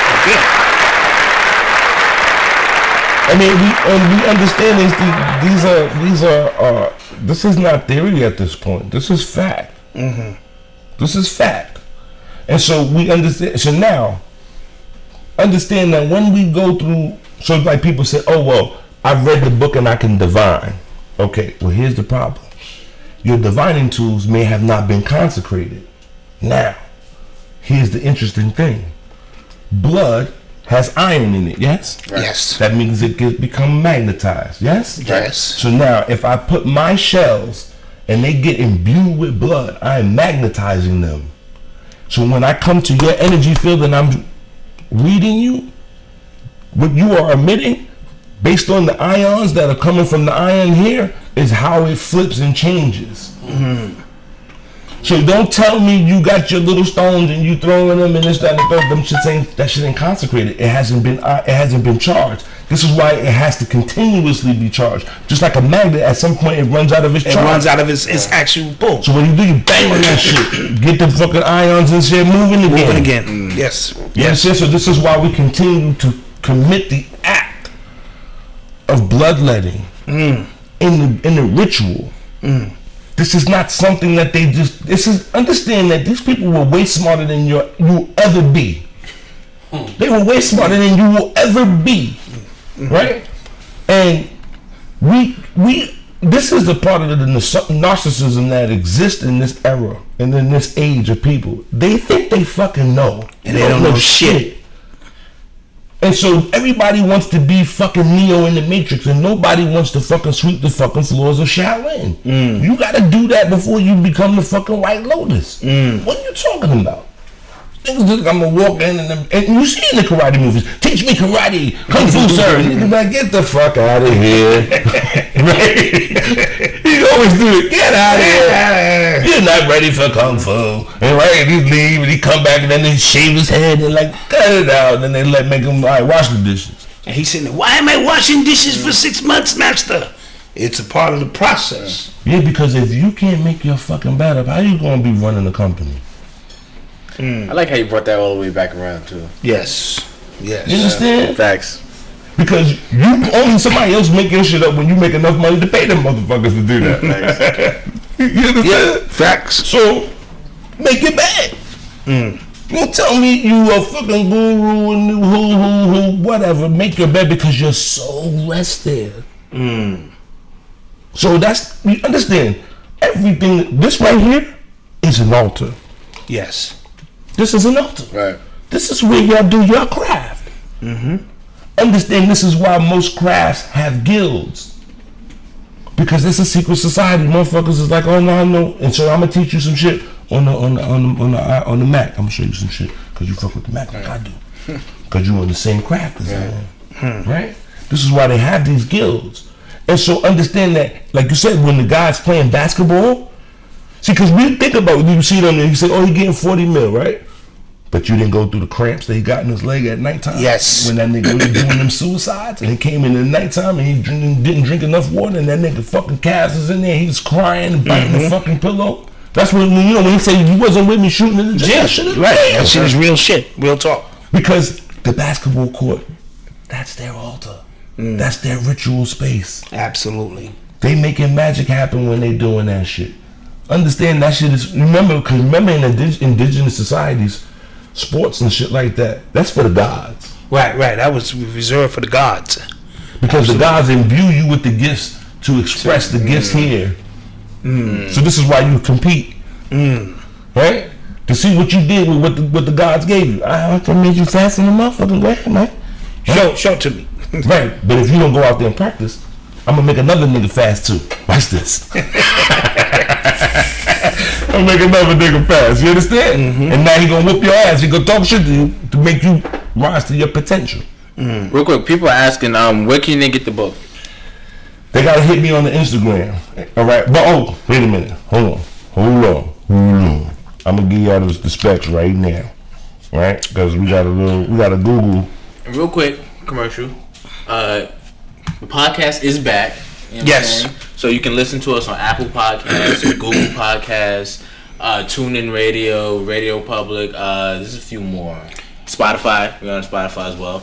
Yeah, you can go to shop UrbanX.NYC. See, I would have won if we were doing the t-shirt competition today. I would have won.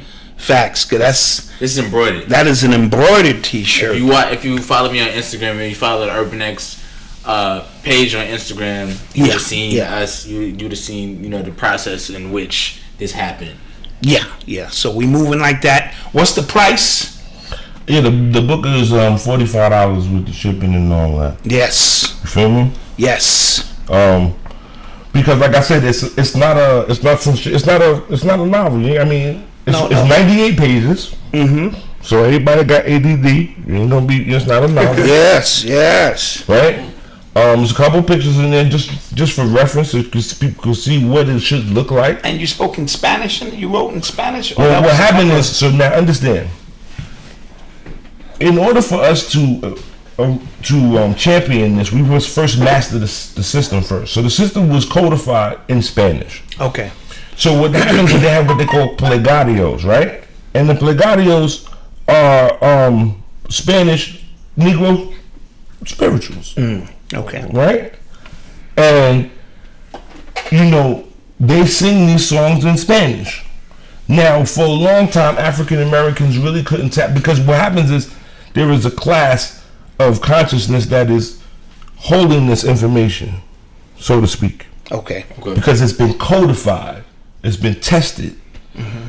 So, in order to tap into our shit, first you gotta go in through their layer first. And so what happens is, for a long time, because we didn't speak Spanish and them motherfuckers be in the ceremony and they just be speaking that shit and singing, and you didn't really catch it because they didn't give it to you in the text.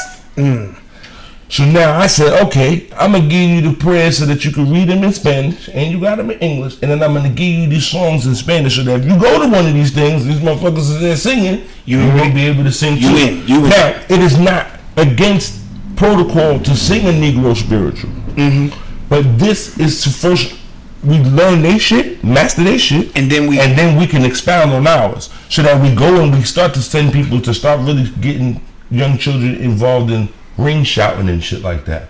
These are African American cultural jewels that we have to maintain, right? Quilt making and these different things. These different things have a very esoteric beginnings.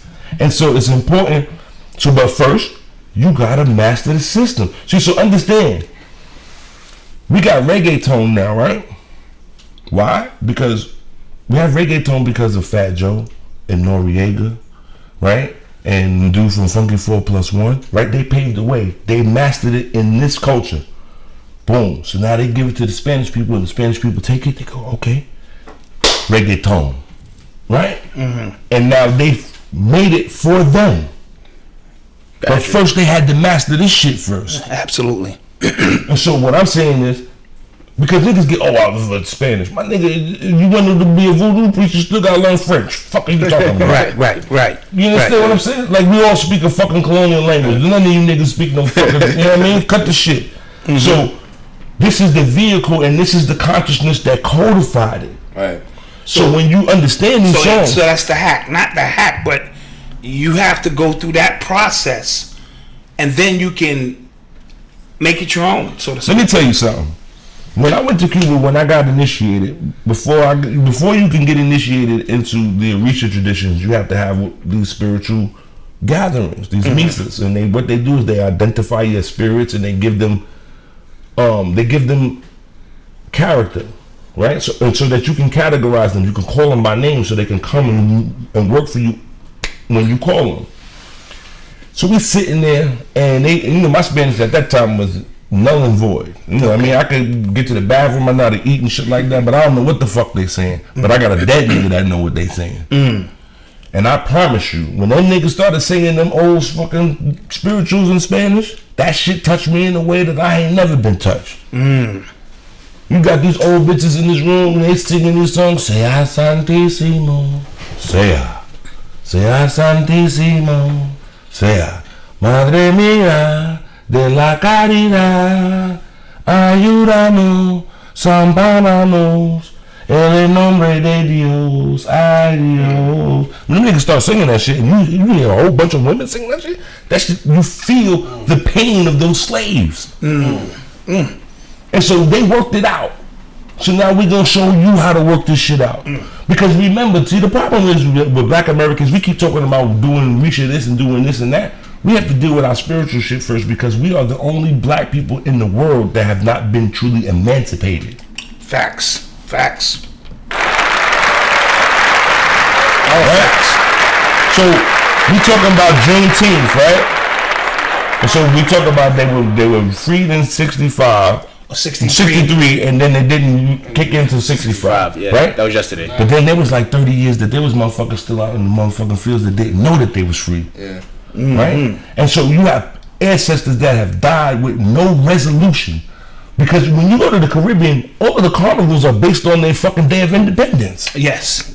So it is a shout to their ancestors into the sky that we are free. We are free. We don't have that. And so we have these broken spirits who continuously are toiling in this fucking despair Of nothingness. Right? Like a void of nothingness, because they were never even So emancipated. now you got cats right now in the projects who can't go back 2 generations. Who can't go back 2 generations. Like, so think about that. So now we had the horror of slavery and whoever. I mean, I'm not gonna argue with the niggas that swear we wasn't Native American. I don't give a fuck about none of that shit. The reality is that we are suffering from whatever the fuck they said we are, which is slaves, right? And you got these people who have no resolution, these spirits who died with no visible seeing of a good future, right? So this is why the Caribbean American is different than us. See, I said this one time and I had a debate with a sister about that. We'll never be free until every black nation puts down their flag and raises the red, black, and green flag. First of all, immediately you have more fucking real estate than anybody else in the world. Absolutely. That's a fact. Yeah. Immediately. If you put the flag to a currency, you bankrupt the world. Gaddafi was trying to do. Okay, let's understand that, right? So what happens is on a day like Labor Day, as an African American, like, cause I wasn't really familiar. Like my pops would talk about Suriname, but they'd be like South America. I didn't realize that them niggas was coconuts. You know what I'm saying? Like, right until I started seeing pictures of my grandfather. This nigga got the motherfucking Hawaiian punch hat on and the motherfucking rockets. I'm like, oh shit, this nigga. My uncles and them like, oh, that nigga used to listen to Calypso. I'm like, oh, okay, right. But I didn't identify with West Indians. So they all got these flags on and they jumping around and they happy, and then what am I supposed to put the American flag? Right. This shit is the same flag that oppresses me. Yes. So there's nothing happy about this motherfucker. So what does that leave me? That leaves me in a position of despair and hopelessness. Talking about the Labor Day parade for those Who are not familiar. who are not familiar. In New York City on Eastern Parkway, In Brooklyn. a million people come out and they all representing their flag, and he's basically saying without. But they do the shit in Miami now. Yeah, but they do in Toronto. it. Different places. Yeah. Right. So Caribbean. where is the American black person? And then the crazy part of the thing is that we have contributed to a lot of other ethnic groups stuff, including Caribbean shit. You understand? Yeah. Like Cuba is different because of jazz. Like they contributed to that shit, but that shit came back to them, and them motherfuckers was like, "Oh, this is the shit." Like they even have their own subdivision, like Afro-Cuban jazz. Afro-Cuban jazz. Understand that? So everybody will come.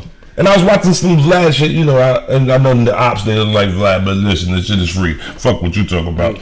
So Ricky Ross was talking about how motherfuckers, black people, we love everybody. You come around us, we give you all your shit. But motherfuckers come around us, and when they get a good foot up, they be like, all right, my nigga, Deuces. And then they leave us. And so that's why I'm talking about a college. Like, you're a culture vulture. Easily. Get the fuck out of here. I don't give a fuck what neighborhood you grew up in, because you was probably behind the fucking counter in the Arab store. Get the fuck out of here. Absolutely. You know what I'm saying? You play like you Puerto Rican, you in Miami, you be acting like you people and shit. Get the fuck out of here, man. You a fucking plant. And that goes back to the last time I was here. See, so some shit happened. Remember you was asking me about the little rainbow head nigga the little rainbow head Takashi. Oh yeah, Takashi. Yeah. Remember you asked me, I was like, this shit is a trend. right? But what if they put that motherfucker in here? I'ma fuck you up real quick. What if they did something to the RZA and that shit ain't right? Because not for nothing, The RZA ain't right, my nigga. Hold on. Let's start. Let me tell you something, man. I fucks with the woo. Right. Something wrong with the RZA, man. Okay, so now remember, No disrespect. Remember, he was in the industry first. Yes. And what if he got the conversation? They was like, all right, don't worry about that little bullshit album. It was like, you got some homeboys back home. We need you to put a group together and blah blah blah blah blah. And he went and did that because he's the ops. Yes. All the rest of them niggas be looking at that nigga like, I wouldn't trust you with my dog. Yes. The nigga got the sunglasses on. He like, right? And so this is go back to what I'm talking about with the music. What if they've been planting these motherfuckers in here? No.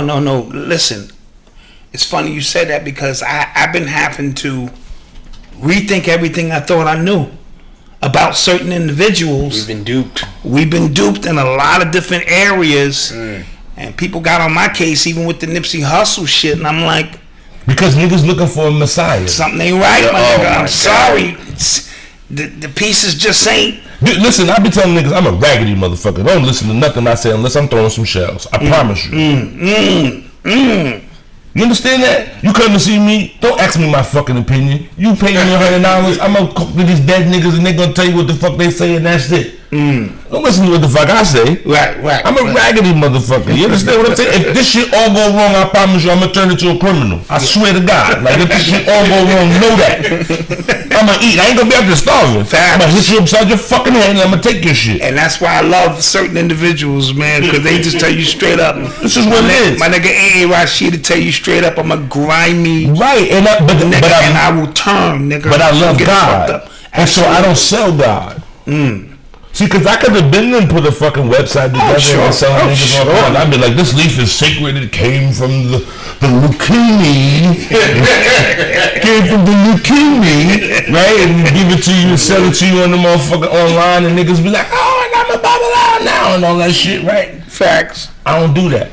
So that's why it took me so long to put this book together, right? Because this is like what, maybe 3-4 edits. I wrote this shit in a composition book, and if I showed you the shit, you would want to commit me because a different person wrote each fucking paragraph in each chapter, and you can see it in the handwriting. Got you. See, I know that. Right. I know I'm crazy, but I'm clinically crazy, and I know why. And I know why I'm crazy, and I know how to deal with my crazy. Yes. And I don't let that shit spill into nobody else. Yes. You see what I'm saying? So I don't come in your house and get possessed and be trying to tell you no shit. No, I'll be like, listen, crazy nigga. I tell the dead man, don't come over here doing no shit and making me look crazy. Wake up in the motherfucking straitjacket. Cause then you don't get no fucking candle and you don't get no glass of water. Absolutely. You get no candle, no glass of water because I'm somewhere else. Right. So let's work together. Absolutely. You feel what I'm saying? And no, facts. And so I'm like, we got to be careful about the things that they implant around us. You feel me? They said that no black organization has been free without operatives since fucking Marcus Garvey. And I can believe that. Yeah. I can believe that. It's why I don't get down with organization. I told niggas, fuck with nobody's I move in and out. If you summon me, I'll come through and speak. But I ain't fucking with none of your none of that shit. You know what I mean? For that very reason, because it's impossible for it not to be. Well, see, the thing is, all up in these organizations. See, the thing is, that's why we go back to the Nguzo Sabas.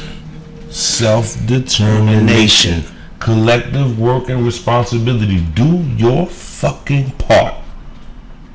If you do your part, you don't have to worry about if the other cog is working. Somebody else's job is to make sure that happens. Right. Just do your fucking job. And so, again, niggas looking for this messianic fucking figure to come save them. I'm like, yo, where the fuck this nigga Nick? You're not gonna sell this. See, that's another thing. You're gonna stop selling me this idea that you had to sell drugs because you were destitute. Absolutely.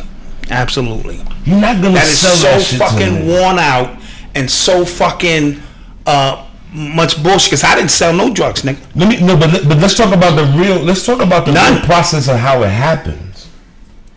See, there's a conversation that isn't talked about within society of why things happened the way they did in the 80s. So you have the baby boomers who are a selfish generation. OD. Right? Go ahead. So they did drugs, they destroyed fucking values and all of that shit, right? Okay, so now while they partying in fucking Studio 54 in the garage and all of that, the Republican comes in and takes away all the services, right? And the nigga lets out fucking crazy people into the streets. By the droves. Now, niggas have mistaken gangster for crazy. Because the music has always been saying that for the last 20 years. I'm like, I'll make Michael Myers and I'll fuck a nun, right? Because we always had to top that mentality, right? Yeah. So motherfuckers forgot that there was crazy people in the streets in the 80s. And then you had neglected children from alcoholism, heroin, crack before crack. Alcoholism and fucking heroin. These created the bullies in the neighborhoods, right? Because them niggas was neglected. Ain't no fucking food in their house, so they outside harassing you, right? So now they harassing you, and then crack hits, and all manner of law is gone. Everything. So my generation is left with, you got these fucking bullies who are out here that'll do anything to you. So what ends up happening is you enter into the criminal activity based on the violence first. Nigga took my sneakers, I'm not having that shit no more. Like if I go outside and these niggas try to take my sneakers again, I'm gonna hurt one of these niggas. So it go from, the first thing I could get my hands on is a knife. Right? And then niggas see me go out and they go, oh, okay, you're not a sheep. So we bring you in with the wolf pack. So now they bring you in with the wolf pack. Right? And now, because you've engaged in the violence, the criminality is easy. Selling drugs, that's easy. That's cakewalk. Because you have to understand that the violence is not just a moral issue, that's an emotional issue and a physiological issue. You get all hyped up, your adrenaline's pumping, you're crying, you're emotional, right? And you want to defend yourself from these lawless motherfuckers, right? And so that's what creates you. See, like, 'cause they made it seem like them little niggas was just out there pushing little white people off the bikes and all that, but we know that's not the real deal. That violent shit was real. Motherfuckers get mobbed up, and those neglected children who don't have nobody to answer to, like fuck that, let's go all out. And now it's like Lord of the Flies. So now you gotta continuously do something more drastic than the next one to maintain some type of order around these niggas, because these niggas is wolves. They're gonna choose them first time they see weakness. So that understand that young black men are not allowed to be sensitive. They're not allowed to be vulnerable. They're not allowed to be emotional. Right? Dudes in prison that be into a lot of violence and shit like that, that's their form of affection. Explain that one. Okay, babies die if you don't touch them. Understand that. If you give birth to a baby and you put that baby in the shoot box and you don't touch that baby, he's gonna die. Affection is a human necessity. Right. So if you grew up in a fucking wayward home where your mom's is on drugs or on alcohol or whatever, and she's not affectionate to you, she don't kiss you, she don't hug you, right? Now you go out into the world and you get into this world, like I said, it's full of wolves. So like you said, you could just be Antron McCray. You walk down the street and now boom, niggas put you in the fucking cell with a bunch of motherfuckers, heathens, right? So now these heathen niggas, ain't nobody touching them. A lot of these, I don't know motherfuckers that was crazy since DFY because they didn't never have a chance to fucking court girls. They got picked up when they was 13 and nigga came home at 21. Right. Fuck you talking about? He ain't never had a phone conversation. He ain't never did no prom, pick no girl up. That's what we were saying about Central Park 5. Like, right. Yeah. So now you got dudes in jail that I'm a rumble with you because I could feel something. Because I don't feel it. This shit feels like a bad nightmare. It's a human interaction. Wow. Regardless of the level of violence, it's intimate. Yo, I heard this That shit is intimate. I heard some shit. Yo, this shit fucked me up, right? They had some blog and they was talking about Alpo, right? And they asked the nigga why he snitched. And you know, he's a funny nigga. He be talking all slick and shit, but he said some real shit. He said he was in the county jail and the old timer came down from prison and the old timer told the nigga, he asked the old timer, like the old timer had snitched about some jail shit, like he had overheard some nigga saying something, so they said they give him less time and he told whatever he knew. And when he asked the old timer, they go, well, why would you do that? The old timer said, nigga, I got life in here. He said, every day, I don't have a day in. You know what I said? Every day, I don't have a day in. I wake up, this nightmare is going to continue. This is a continuous. Think about life. Yeah. Like that kid Hassan, he said, like, go in the bathroom and close the door and see if you can sit in that fucker for 2 days. For 2 You days. lose your fucking mind.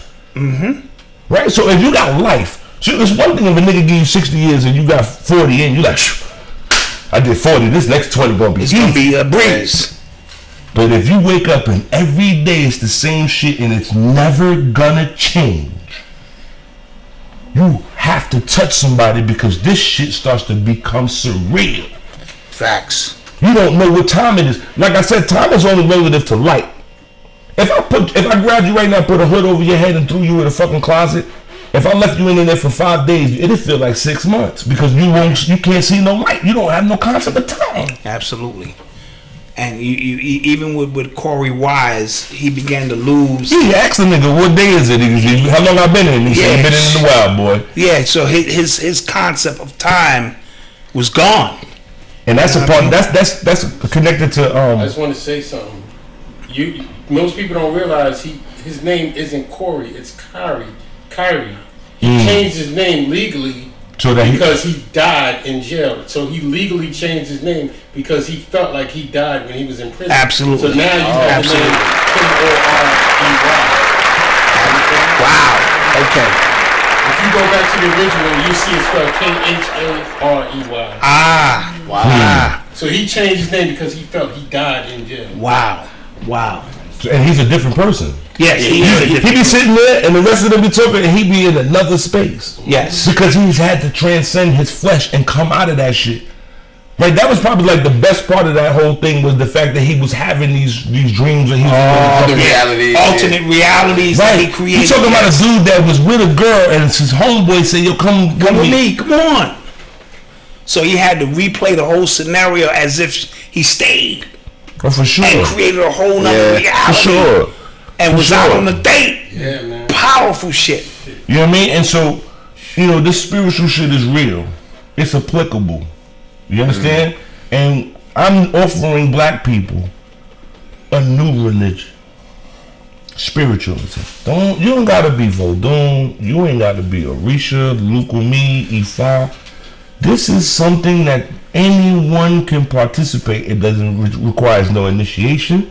It requires no check. The checks and balances that you change the water, you put some flowers down for your people, and you pray to them. And I guarantee you will see results from this. You feel me? This ain't no self-help shit, but it's self-help shit. You know what I mean? So a glass of water and a candle is what we're gonna start with. But the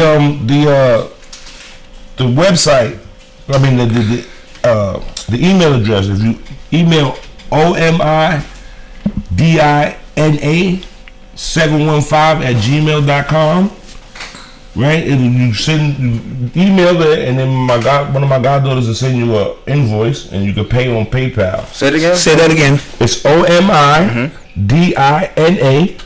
715@gmail.com. All right. So that's how you can get your hands on this masterpiece. Yeah, see, I'm not letting it go to Amazon and all of those things because I believe in controlling your art. Absolutely. You feel me? And this is not I got some other things to work. I got I'm a couple of weeks away from completing this coloring book. It's an Orisha coloring book for children. Ooh. Right? And then afterwards, I'm putting together a Black Seinfeld book. I call it. It's a book about nothing but about everything. Oh yeah, I love that. You feel me? People didn't understand that's the whole concept of Seinfeld. Episode of nothing. It was just amazing. It's nothing, right? And so it's going to be a book. It's going to be almost a coffee table book. You also spoke of a specific botanica that is not only selling the book, but it's selling everything you need, like a starter kit per se. Yes. So now everybody that gets the book in the mail, or even when we purchase the book, I mean, I got to get you guys the thing, but there's going to be a sticker in the back there's a Botanica, Botanica.com. They're in West New York, Union City area, right? But they can facilitate shipping stuff out. Okay. Right? And I know the guy. It's not like some dude I've been dating got more than 10 years, you know what I'm saying, working with each other. Maybe longer than that, maybe like 13, 14 years, you know what I mean?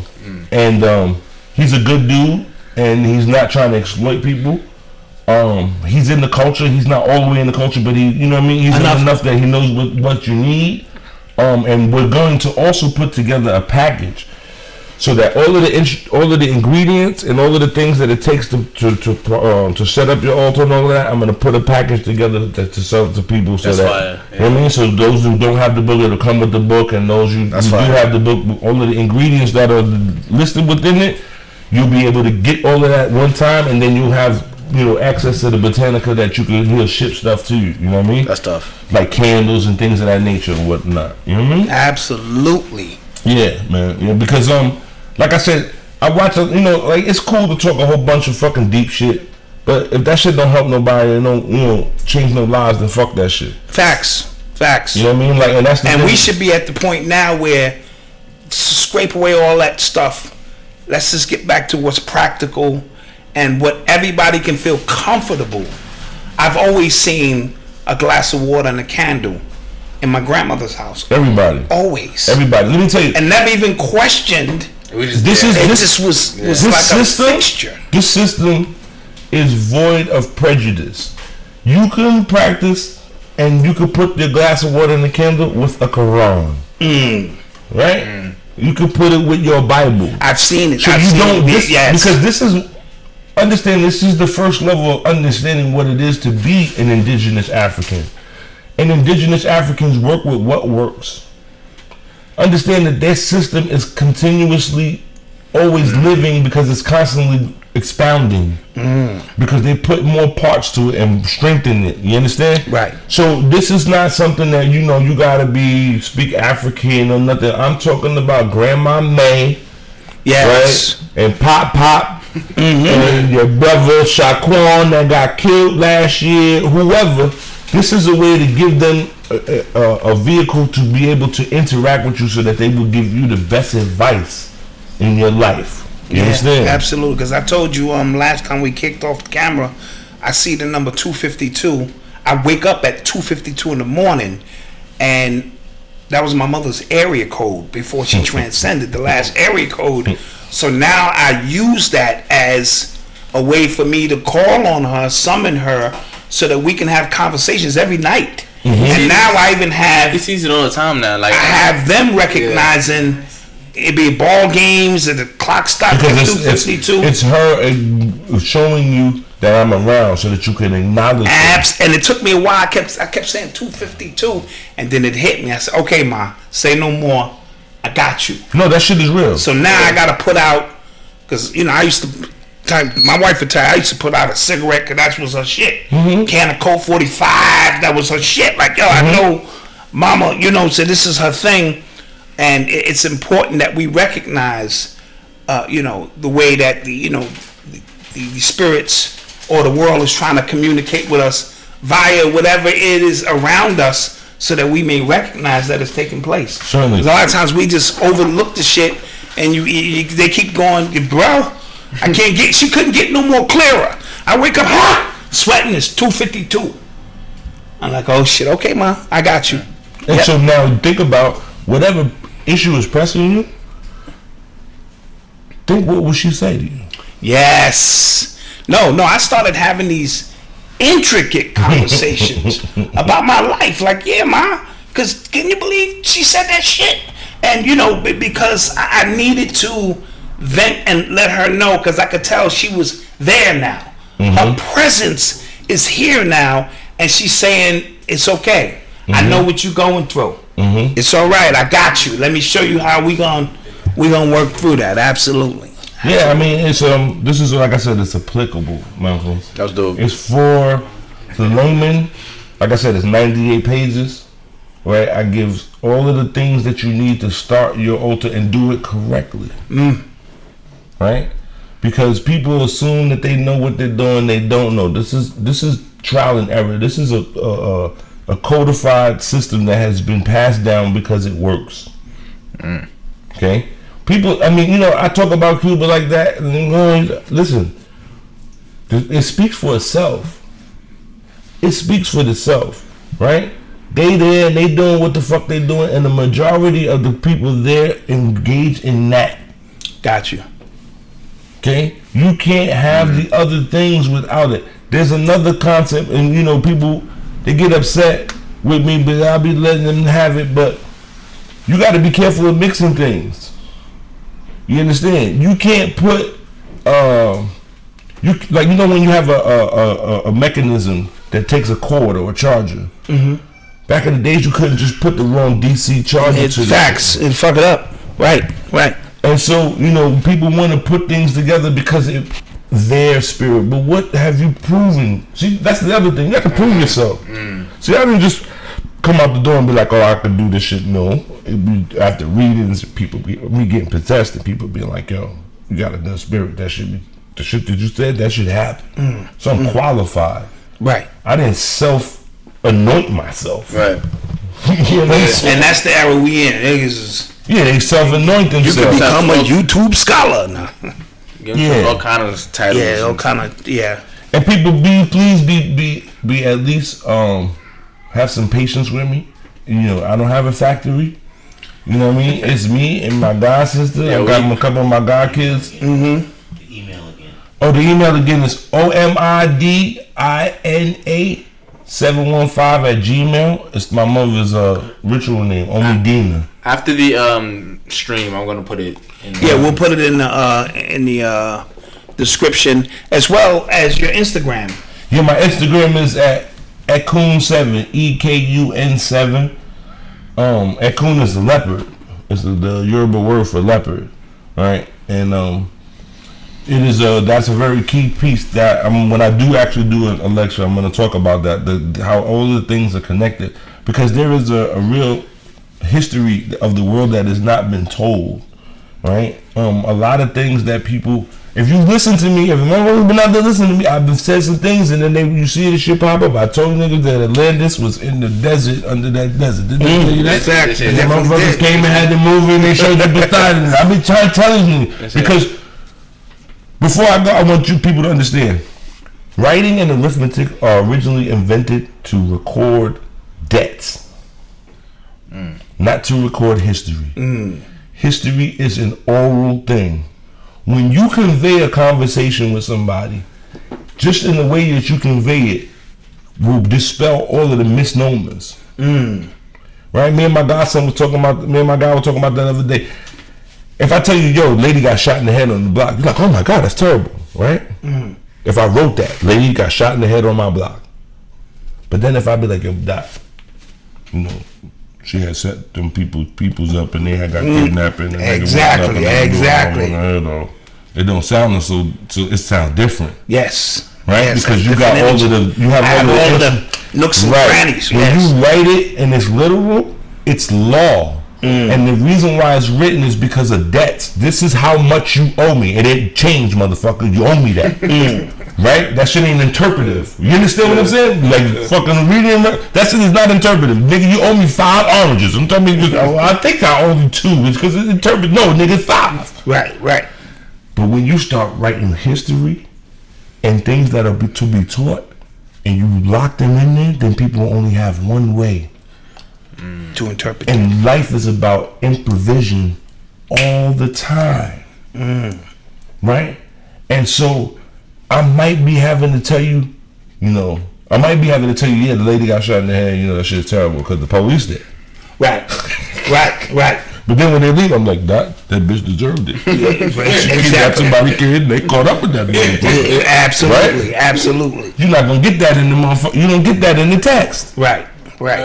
Right, and we living right now where we're in this. Even in text in general. That's what I'm about to think about how much you get like misconstrued. Like, oh man, what the fuck? Motherfuckers be like, you put a capital letter, niggas get upset. What? Doesn't that mean? So I used to put all my text in caps because I didn't know any different. The lettering was this big. I said, niggas just like, yo, why you coming at me like that? In text again? What? Son, you ain't gotta. Absolutely. Yeah, Absolutely. you see what I'm saying? And so people, this is why I keep telling them, you can't learn some of this shit in fucking text. This right here is just a fucking little blueprint. The shit that you're gonna learn is when you sit down with the glass of water together And get to work. That's when you're gonna learn the shit that I'm talking about. Yes. Because I even had this conversation with my godchildren. They be like, oh, but you gotta teach me. I'm like, I can't teach you shit. You gotta sit down and be disciplined enough. Put the discipline, yes. I've had a raggedy enough life that I promise you, the discipline was put right in my face. Some of these shrines, it been me and just them because I was living terrible. So I'm just them and me. And so I got to sleep up under these motherfuckers and they emanating and projecting against me, right? And so because they right there, I can't not see that the shit, I need to change that water. Right? Now, I'm going to tell you a story. Like I said, I used to be, fucking glasses of water, that shit is nice, right? I was living with my uncle one time. And my uncle is he's handicapped. He has MS, and so he's paralyzed from on one side of his body. So I was the unofficial home attendant for this nigga. I ain't got no training for this shit. I'm wiping his ass, doing all this shit, right? So we got to pay this apartment, and I ain't got no job because I take care of this nigga on this. I got to sell this weed, right? So I'm out there selling the weed. And one day, I set him up. I'm going outside. And I hear the dead nigga say, hey man, change the glasses of water. And I was like, man, I'll be back to do that shit. And the dead nigga said, that's all I asked you for. I don't ask you for no fucking blood. I don't ask you for no fucking drums, no fruit. I just want a candle and some fucking water sometime. And I was like, oh shit, that's profound. Right? Because all the Muslim tribes I got, them niggas require a whole lot of shit. Right. And so I stopped what I was doing. And I got a lot of glasses because I got a lot of spirits. And I start cleaning them shits up, and I will clean them up. I promise you, I got on my bike, I rode to my hood. I get to the hood, and it's a desert. I'm like, where's everybody? They're like, the police came and took them all. I was like, oh shit. Right? So be careful what you rush into. Yeah, facts. Take the time for yourself. So if you're leaving out, I don't give a fuck what the boss is gonna say. Let me make my fucking bed. Yes. Fuck, because again, we're going back to this God in you shit. Well, if you got God in you, why don't you give God at least his time for yourself, right? And so again, I'm not selling no fucking packs. I ain't selling no classes, right? I'm giving people something that they could take home. They could put it on the bookshelf. You could break weed up on it if you want to. I don't give a fuck. But you could, when you open it up, if you have a question, look inside and me answer a question, or at least give you a fucking piece of data to help you put the fucking puzzle together. Put the pieces of the puzzle together. You know what I mean? With that being said, listen, it's hot up in this motherfucker. Yeah, them lights is motherfucking. I feel like Lights is motherfucking bacon. Yeah, I feel like motherfucker. You know what I'm saying? You already know what it is. Where can we be reached? We can be reached at UrbanX_NYC. That's on Instagram and Twitter. Okay. You can visit UrbanX.nyc. We've been slacking on the blog, but we're bringing that back. Bringing the blog back to the written word. Full force. You know what I'm saying? The book club will be back. We had to recalibrate. You know what I'm saying? We had to get some stuff in order. But what else? What else we got? And you already know where you can reach Oba at. The book is 45 cents. It's worth it. Yes, 45 with the shipping. With the shipping, I'm 30 pages in. And, you know, I'm going to take my time and get through it. I want you to have it. We thought that this would be the perfect show to come back. Facts. I've been asking about I've been asking about the God. The God is here. Yeah, the God is home here. Anytime, you know. Anybody that pre-ordered the book will be sent out the end of this week. You know what I mean? Like I said, because I had to push the book back because there was some text issues, and I didn't want the motherfuckers to be like, what the fuck is he talking about? Like, right. You know what I'm saying? So that's all cleared up. So also visit shopurbanx.com for your apparel. Yeah, get that about you know my godson was asking about something that he like, what's up with the merchandise? A whole bunch of stuff on the site. Get that merch going. Get that merch going. You know what I'm saying? Also, you can email us at UrbanX.NYC for like bigger orders.